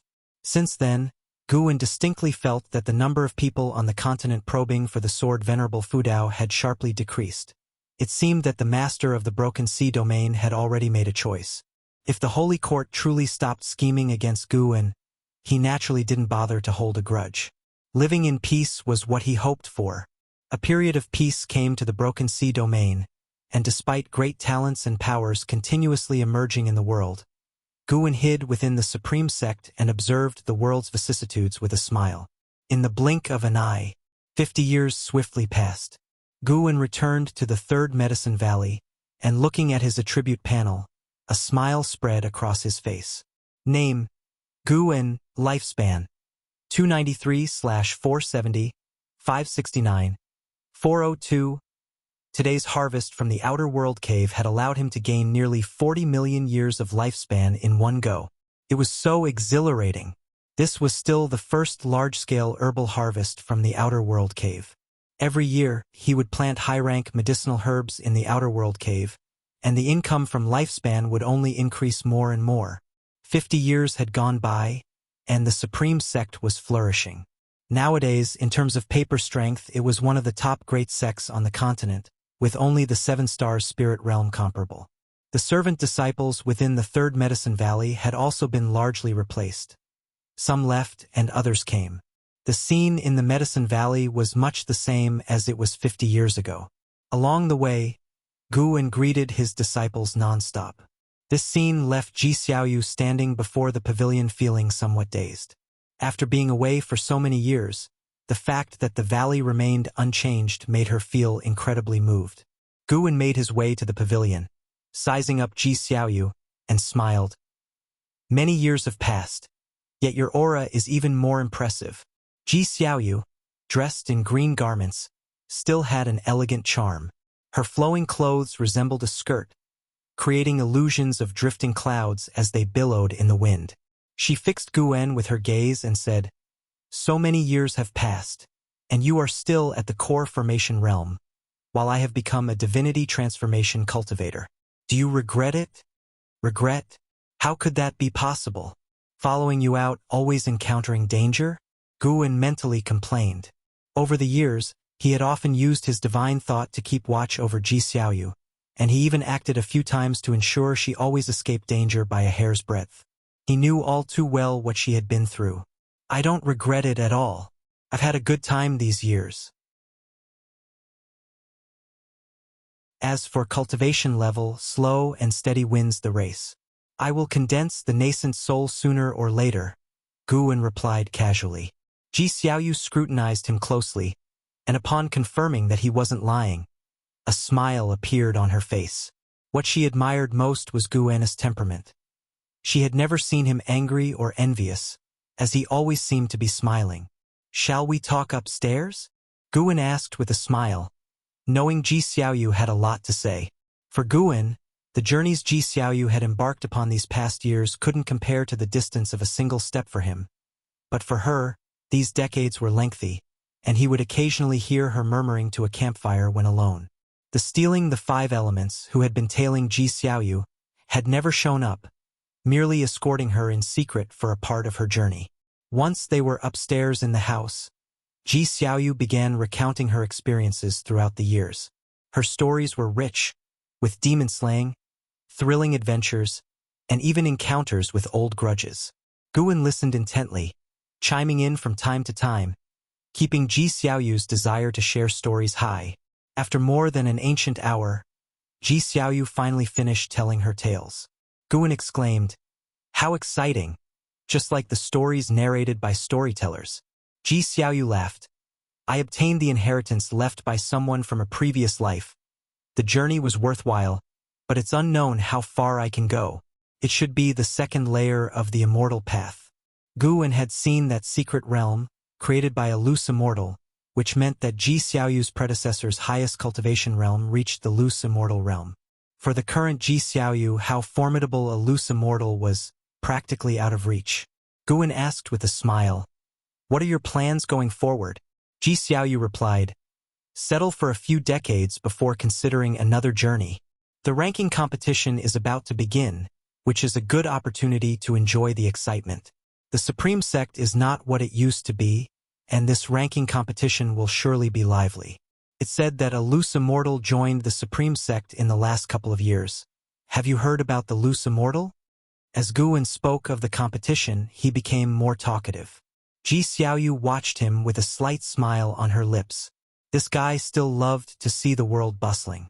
Listening to Guan talk about the highlights of the ranking competition, along with the sounds of insects and voices from outside the window, Ji Xiaoyu's heart fell into tranquility. Having witnessed the world's turmoil, she now felt a sense of peace inside, free of any pressure or concern. After spending the afternoon with Ji Xiaoyu, Guan finally left the Third Medicine Valley and headed to the Mystic Valley's 8 scenic caves underground. He arrived in front of the green vine tree, where a large cauldron was set up, surrounded by various instruments. Over the past 30 years, he had been studying the art of artifact refining. He wasn't after creating any phenomenal Dharma treasures, but rather sought realizations through the process of forging. The Dharma treasures he had forged by now were coveted by the Supreme Sect, but he didn't hand them over to the sect, instead tossing them to the immortal-seeking island for sale, exchanging the spirit stones received for seeds and refining materials. With a cultivation of divine thought immortal status, it wasn't difficult for Gu-en to forge immortal treasures, but creating supreme immortal path treasures was still out of reach. Supreme immortal path treasures could only be created by immensely powerful beings standing at the peak of the 9 heavens of the immortal path, the crystallization of a lifetime's Tao from a major immortal path power. In the entire great heavenly spirit land, forces that owned supreme immortal path treasures were territorial overlords, and those who could fully wield the power of such treasures were few and far between. At least Gu-en had yet to see such individuals. Long Zhan had one such treasure. When he reached the pinnacle of the 9 heavens of the immortal path, he could suppress an entire universe with just one treasure, incredibly formidable. Gu-en had just approached the cauldron when it, along with the surrounding instruments, began to blaze with fire. 2 vines stretched from behind, beginning to massage Gu-en's shoulders. "Master, that guy, are you really not going to intervene?" The voice of the green vine tree sounded, still similar to Jiang Qiong, but weaker. Gu-en replied, "It's fine. It's impossible for the other party to step foot here." Because of the influence of Sword Venerable Fudao, the reputation of the Supreme Sect had far outshone its actual strength. Thus, the upcoming ranking competition also attracted a multitude of overseas cultivators and demons. Among them was a presence that made the green vine tree afraid, and Gu-en had already located that presence. It was a shape-shifting tree demon, its cultivation having reached the wandering immortal stage, who was currently hiding its cultivation level and joining the ranking competition as a Mahayana cultivator. A wandering immortal posed no threat to Gu-en, and therefore he didn't care. What he did care about was another individual. Someone from the Immortal Spirit Dynasty had arrived at the Supreme Sect, whose cultivation level was that of a carefree primordial immortal, but had hidden it, presenting themselves merely as an ordinary loose immortal. Of course, even a loose immortal was enough to be treated as an honored guest by the Supreme Sect. Gu-en was curious about the purpose of the Immortal Spirit Dynasty's visit. There would be quite a show at this ranking competition. "Master, can you subdue him?" the green vine tree cautiously asked. Gu-en, thinking it was worried, grunted in affirmation.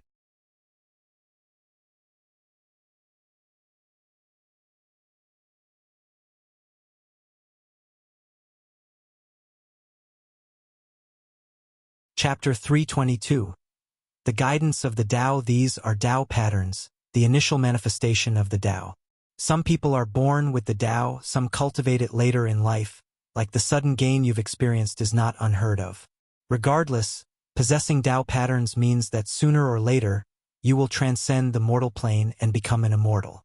Let me offer you my early congratulations. Zhang Xianwang spoke with a chuckle, appreciation gleaming in his eyes. Gu-en immediately clasped his fists in response. "This one's name is Gu-en. May I inquire about my Taoist friend's illustrious name?" He could feel that Zhang Xianwang was deducing his karma, but he didn't mind. His own karmic manifestations had long been altered by him.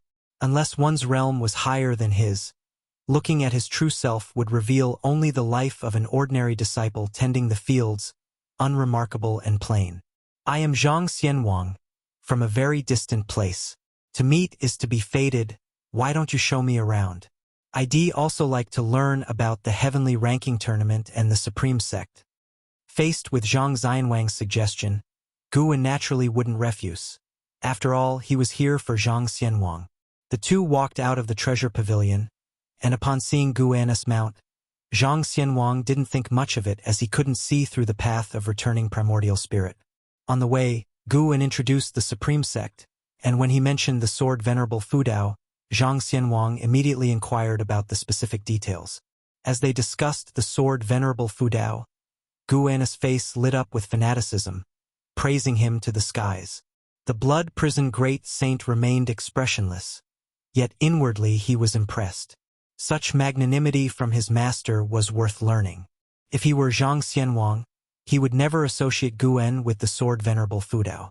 Not only did Zhang Xianwang find the Blood Prison Great Saint ordinary, but the Blood Prison Great Saint also didn't think highly of Zhang Xianwang. Both were great cultivators hiding their true cultivation levels, with inevitable pride within them. Inadvertently, the two arrived near the heavenly repair platform. Guwen asked with a smile, "There's a heaven-cutting axe on the platform. Would you like to give it a try?" Zhang Xianwang gazed off into the distance, shook his head slightly. "I'm certain I cannot pull it out, no need." He turned back towards Guwen. "I'll be staying at the Supreme Sect for quite some time. Next time we meet, I'll treat you to a drink. If someone tries to tempt you to leave the Supreme Sect, you'd better refuse. Possessing Dao patterns is an innate blessing, but they can also attract calamities. At least within the Supreme Sect, the sword Venerable Fudao protects you, so others won't dare to mess around." After speaking, he turned and left. Guwen looked at his retreating figure, thinking to himself that this person was quite agreeable. He had assumed that the people from the Immortal Spirit Dynasty were all haughty as they seldom interacted with the outside world. Yet today's encounter had given Guwen a different perspective on the Immortal Spirit Dynasty. Guwen looked distantly towards the heaven-cutting axe, where Zuijian stood by the axe side, guarding it day in and day out for 10 years. Now, when one mentioned the heaven-cutting axe, it was hard to bypass Zuijian. Guwen's thoughts stirred. His divine thought mixed with powerful sword intent boldly invading Zuijian's eyes, causing him to become dazed. Immediately after, Guwen rode the Blood Prison Great Saint in another direction, without approaching the platform. Zhang Xianwang, not yet far off, stopped in his tracks and turned around, his eyes widening in astonishment. At the same time, a sky-reaching sword intent erupted from Zuijian, causing cultivators nearby to swiftly retreat, figures materializing out of nowhere around the heaven-cutting axe, isolating Zuijian. Zuijian's eyes lost their luster, and he stood there dazed, sword intent rising from below, billowing his robes and hair. Feeling the sword intent belonging to sword Venerable Fudao, the great cultivators of the Supreme Sect all breathed a sigh of relief. What's happened to him? It's the sword intent of sword Venerable Fudao. Feel it carefully, Zuijian's sword chi is growing stronger. Is sword Venerable Fudao giving him guidance? If it's him, I can understand. After all, he has stood guard here for so many years. So he wasn't lying. Did sword Venerable Fudao really pat his shoulder back then? The cultivators murmured among themselves as Zuijian was immersed in the sword intent, unable to extricate himself. Far beneath the heavenly repair platform, Zhang Xianwang felt the sword intent emanating from Zuijian's body, and his mind was profoundly shaken. He was, after all, a carefree primordial immortal, yet he could not detect sword Venerable Fudao making his move. He even failed to comprehend how sword Venerable Fudao's sword intent could lead Zuijian into a state of path enlightenment. At this moment, he realized his own insignificance. The carefree primordial immortal was merely at ease. He had not yet reached the stage of pondering the great Tao. In his peripheral vision was the retreating figure of Guwen, who nonetheless had not caught his attention. He couldn't imagine that Guwen, who had chosen a different path from his own, was the very sword Venerable Fudao who had brought him such astonishment. Guwen did not look back, keeping his achievements and fame concealed. Hearing the distant clamor, the Blood Prison Great Saint also did not turn his head, knowing that the legendary sword Venerable Fudao was right behind him. When immortals intervene, mortals tend to fuss over nothing. How tedious. After seeing Zhang Xianwang, Guwen continued roaming around the city, purchased many items, and then returned to the valley. Back in the Third Medicine Valley, Guwen found an Xian and handed over the things he had purchased. The Third Medicine Valley also stored many medicinal herbs, elixirs, secret books, and magic artifacts, allowing servant disciples to purchase them directly at lower prices than in the city. This was a benefit Guwen bestowed upon his disciples. Comparing the prices, they grew even more grateful to him. Such deeds meant that even after servant disciples completed their foundation establishment and later saw Guwen, they would still address him respectfully as master. After arranging all of this, Gu En prepared to go upstairs and read. Coincidentally, Shenzhen arrived at that moment. Gu En had no choice but to stop and wait for her. Over these years, Shenzhen had not neglected her proper affairs and had even passed on her insights to the Supreme Sect, helping to create many transmission jade slips. These allowed disciples to cultivate not just by understanding the text, but by visualizing the cultivation scenes, a merit that garnered her true respect within the Supreme Sect. "Come upstairs quick. There's something great," Shenzhen said in a rush and then hurried upstairs, with Gu En following behind. Inside the room, once the door was closed, Gu En felt the aura below grow faint. It was obvious that Ji Xiaoyu was attempting to eavesdrop again. Reaching the table, Shenzhen pulled out a painting and quickly spread it open. Gu En walked over to look and saw an ancient painting, depicting many naked people kneeling on the ground, waving towards the sky, where a group of people robed in splendor floated amidst the clouds as if they were immortal beings. "I previously came across an incomplete ancient scroll and have been analyzing it daily, imagining its complete scene. Perhaps there is a hidden guidance within the Tao leading me," said Shenzhen, brimming with pride. "It was imagined?" Upon closer inspection, Gu En noticed that the contours of the environment captured in the painting contained the mysteries of heaven and earth rules. Could it be that there was indeed a Tao guiding Shenzhen? Something wasn't right. Why would it be Shenzhen?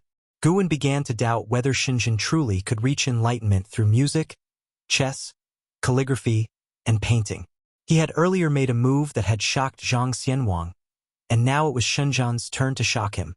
To grasp the heaven and earth rules without stepping into the immortal path realm. That was preposterous. Could she be the reincarnation of an immortal? But that shouldn't be the case. If she were the reincarnation of a great power, Gu En would likely have perceived some hints, just like with Ji Xiaoyu and Yang Jian. No matter how he looked at her, Shenzhen did not appear to have a significant background.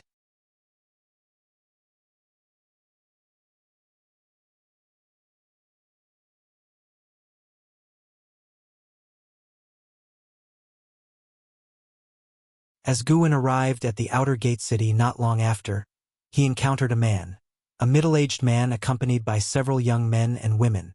They were walking among the crowd, looking around curiously, finding everything new and amazing. "Chuanyue, long time no see." A voice reached Chuanyu's ears, prompting him to turn his head instinctively, only to see the Blood Prison Great Saint standing next to Gu En. The Blood Prison Great Saint was as tall as an adult and had a domineering presence. But Chuanyue had seen larger demon pets and mounts, so he was not flustered. Chuanyue looked at Gu En with doubt and asked, "You are?" The fact that the other person was riding a mount meant he must be a cultivator, and Chuanyue had to approach him cautiously. The descendants of the Chuanyue family following behind were just as curious, sizing up Gu En, surprised to find that someone in the Supreme Sect knew their grandfather. Gu En smiled and said, "Have you forgotten? I met you in your home, when you were only 15 years old. You kept nagging your grandfather to take you on the path of immortal cultivation." Chuanyue was stunned. Then his eyes widened in astonishment and he asked, "You're the person who visited my grandfather back then. How come you so young?" Gu En asked, "How is your grandfather?" Chuanyue hurriedly replied, "He's quite well, spends his days cultivating and drinking tea, with no need to worry about anything." The descendants of the Chuanyue family looked at one another in confusion. Their grandfather's grandfather was the primordial ancestor of their family, wasn't he? They had only seen Xiaochuan once or twice, and in their minds Xiaochuan was amiable, but with a status far beyond theirs, they could only feel reverence. After a conversation, Gu En learned that Chuanyue had come to bring his descendants to broaden their horizons, while also seeking opportunities. Gu En took out a token from his sleeve and tossed it to Chuanyue. If their aptitude is not exceptionally outstanding and there are no other connections, they can seek to become servant disciples at the Chores Hall. With this token of mine, you can enter the Third Medicine Valley. Chuanyue instinctively caught the token and was about to inquire further when the Blood Prison Great Saint took a step forward and brushed past him. Chuanyue turned to look at Gu En's retreating figure and asked, "Senior, How should I address you? Guwen simply raised his hand and made no sound. Chuanyue couldn't help but stare at the token in his hand, deeply puzzled. At that moment, another male cultivator came over and laughed. Brother, you're in luck to be connected to the Third Medicine Valley. With such good fortune, foundation establishment is as good as certain, making a solid foundation for your path of immortal cultivation. Foundation establishment. The descendants of the Chuanyue family immediately brightened up, their breathing quickening. Chuanyue quickly saluted the male cultivator and inquired about the situation in the Third Medicine Valley.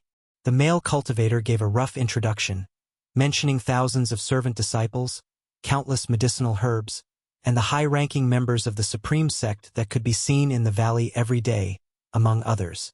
The information left Chuanyue dumbstruck. Just who was the person they had just met to have such influence? Unable to contain himself, Chuanyue asked, "Do you know the person we just met?" The male cultivator shook his head with a smile, clapped Chuanyue on the shoulder, and walked away, leaving Chuanyue even more curious and in awe of Guwen. The now distant Guwen couldn't help but smile wryly to himself. That kid has always loved playing these little tricks back in Medicine Valley.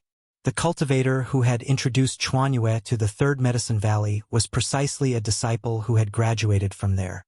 By now, the number of disciples who had graduated from the Third Medicine Valley and Mystic Valley had reached tens of thousands, which is why Guwen often encountered familiar faces.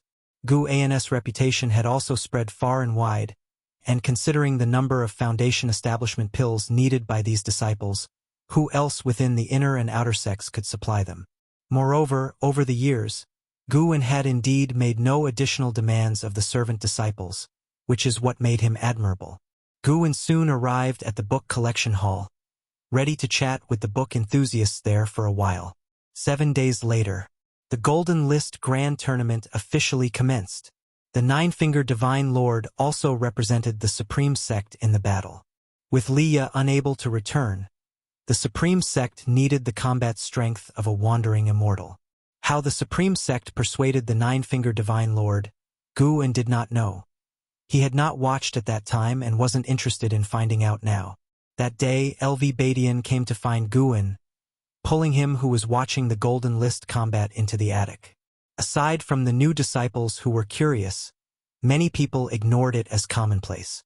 Once seated inside the house, LV Badian, unusually, did not discuss official matters but instead talked about his son, LV Xian. That kid really is blindly loyal to Li Xiandao. I have no idea what he's thinking. No matter how the Taizong dynasty develops, it remains the world of the Li family. What could he possibly gain? LV Badian complained indignantly. Guwen was reluctant to comment on their father-son matters. It must be said that LV Badian and Li Xiandao were similar, both in their actions and their relationships with their sons. Originally, Leia also despised Li Xiandao, while LV Xian still seeks the life of LV Badian to this day. Guwen had no interest in untangling their causality. An outsider's clarity was useless on family matters. Recently, Li Xiandao arranged for him to go to the Domain Master City of Broken Sea Domain. I'm not sure if it's a blessing or a curse. The establishment of the Broken Sea Domain Master City makes me feel like it's targeted against the Sword Venerable Fudao, LV Badian said with concern. Guwen inquired, "Why do you think so?"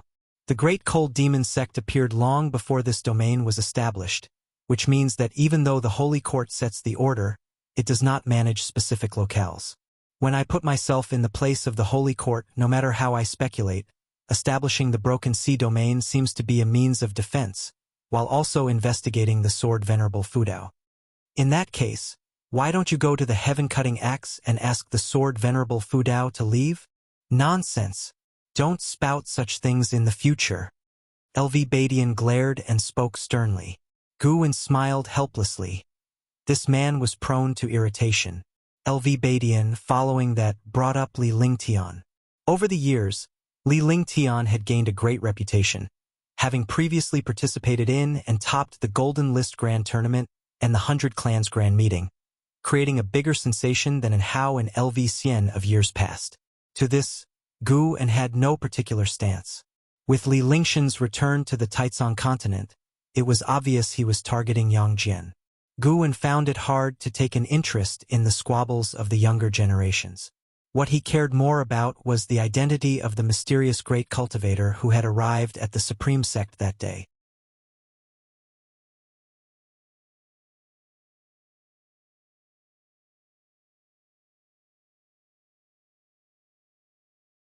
But what comes is to be accepted.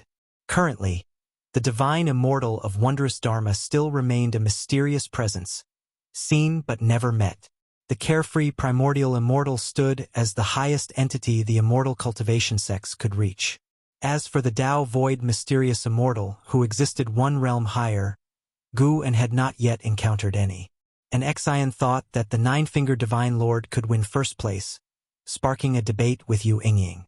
Given in Xin's temperament, she naturally could not out-argue Yu Yingying.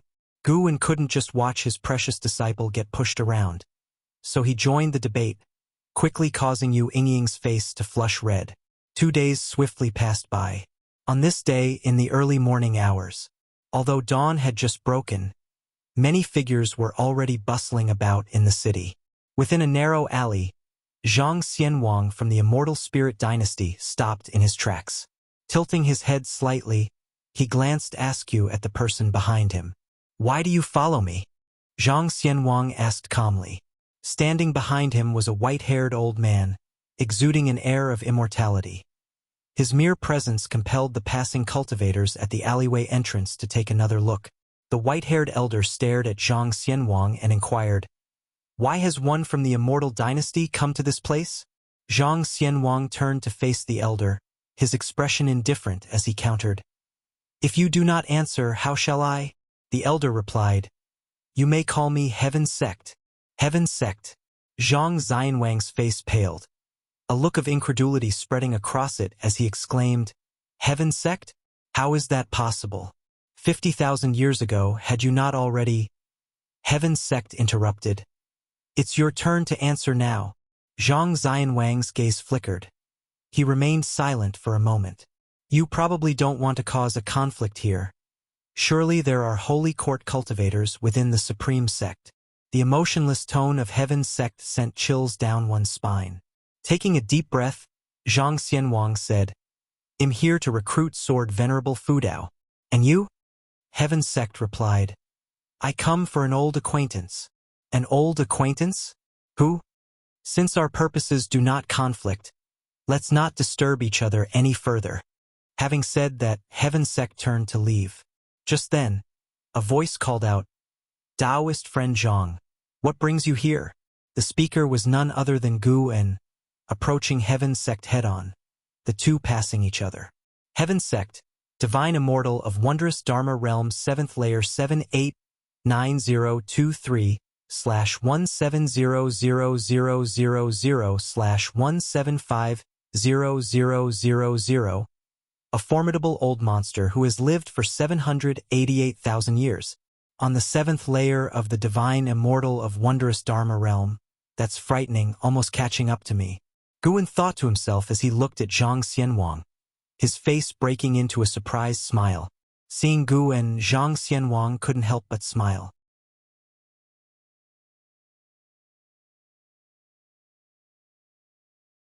The two Nirvana Realm great cultivators employed spells, divine skills, demon pets, formations, and various other arts, comprehensively displaying to the spectators what it meant to be an immortal cultivator.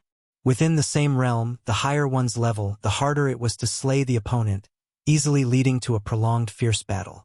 Gu En found it highly entertaining. These individuals' cultivation levels were average, but their variety in battle was impressive.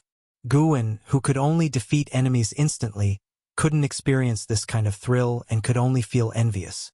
Until the night descended, Gu En left Mystic Valley alone, flying towards the distance. His furrowed brow and tense demeanor were acted out deliberately. To demonstrate resolve, he sped up his flight. An hour later, Gu En felt a surge of mana approaching and immediately prepared himself, yielding to the other's intention. At first glance, he seemed to plummet suddenly, landing in a forest. Once on the ground, he quickly stood up, pretending to be panicked. When he saw Heaven Sect's figure, he finally calmed down. Heaven Sect emerged from the darkness, speaking admiringly. "You are courageous indeed. It's no wonder you dared to accept the immortal king crown.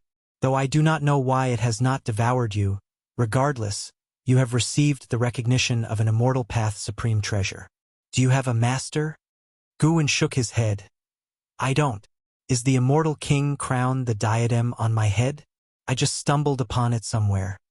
He had already altered his own causality, so even Heaven Sect would be misled. Certainly, Heaven Sect had deduced through causality that Guwen bought the immortal king crown at a bargain price from a treasure pavilion. At that time, the crown seemed freshly unearthed and antiquated. How could a divine immortal of wondrous dharma see through the trickeries of a Tao void mysterious immortal? "Do you wish to learn about the origins of the immortal king crown? Once you know, you will not be able to maintain a life of tranquility," Heaven Sect said to Guwen, his voice soft. Guwen replied with a wry smile.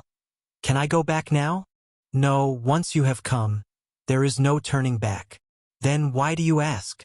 "The way of Heaven Sect is the heavenly Tao, and the heavenly Tao must comply with the will of the people. Does this count? You came, so it counts." Guwen felt that this person was being unreasonable, but since he sensed no hostility from Heaven Sect, he decided to listen to what was to be said. Tending to plants and occasionally craving some excitement wasn't too bad. He dared to face thrills also because Heaven Sect posed no threat to him. The immortal king crown was forged by the first immortal king of the great heavenly spirit land, who existed during the distant primordial times, when the heavens and earth first parted.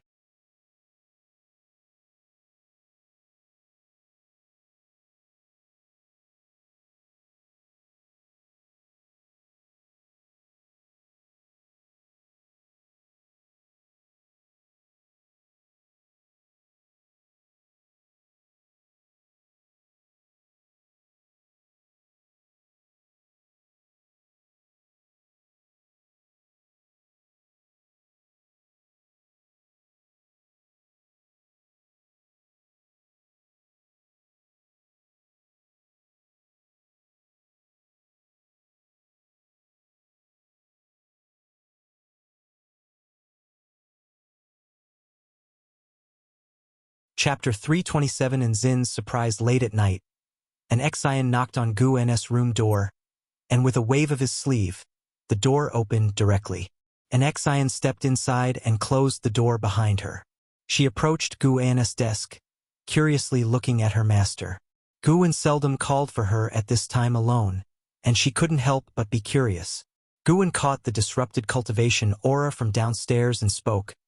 "Yang Jian has left to gain experience. How about I teach you cultivation techniques myself from now on?" An Exian was taken aback and asked, "Haven't you always been teaching me?" Guwen chuckled. "Previously, I only assisted you in energy absorption, but now I will truly help you become stronger." After hearing this, an Exian smiled brightly. "If Master is willing to teach, naturally I have no objections, as long as you don't despise me for my lack of insight." "Don't worry," Guwen offered reassurance, then began to talk about affairs within Medicine Valley. The cultivation aura downstairs returned to normal and remained undisturbed throughout. After chit-chatting for a while, Guwen let an Exian leave. Then he left the third Medicine Valley, heading towards Mystic Valley. Arriving in Mystic Valley, he stepped into the Nianshu cave, preparing to spend the night with Tian Yaoer and her 3 demons. In a bright and magnificent hall, rows of figures stood, forming 4 long lines, neat and orderly, with the 2 middle rows spaced wide apart to create a broad aisle. A rainbow light flew into the hall, swiftly condensing into the form of Zhang Xianwang. Zhang Xianwang quickly strode forward, reaching the steps, where he bowed in greeting and looked up to see a towering figure seated on a golden throne, the back of which was made of overlapping golden weapons, like an unfurled fan.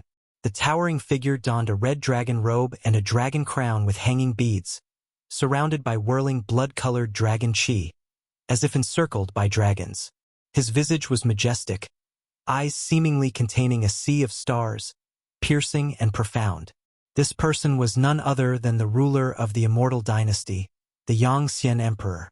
After Zhang Xianwang recounted his mission's details, the hall erupted with discussion among the immortal spirits.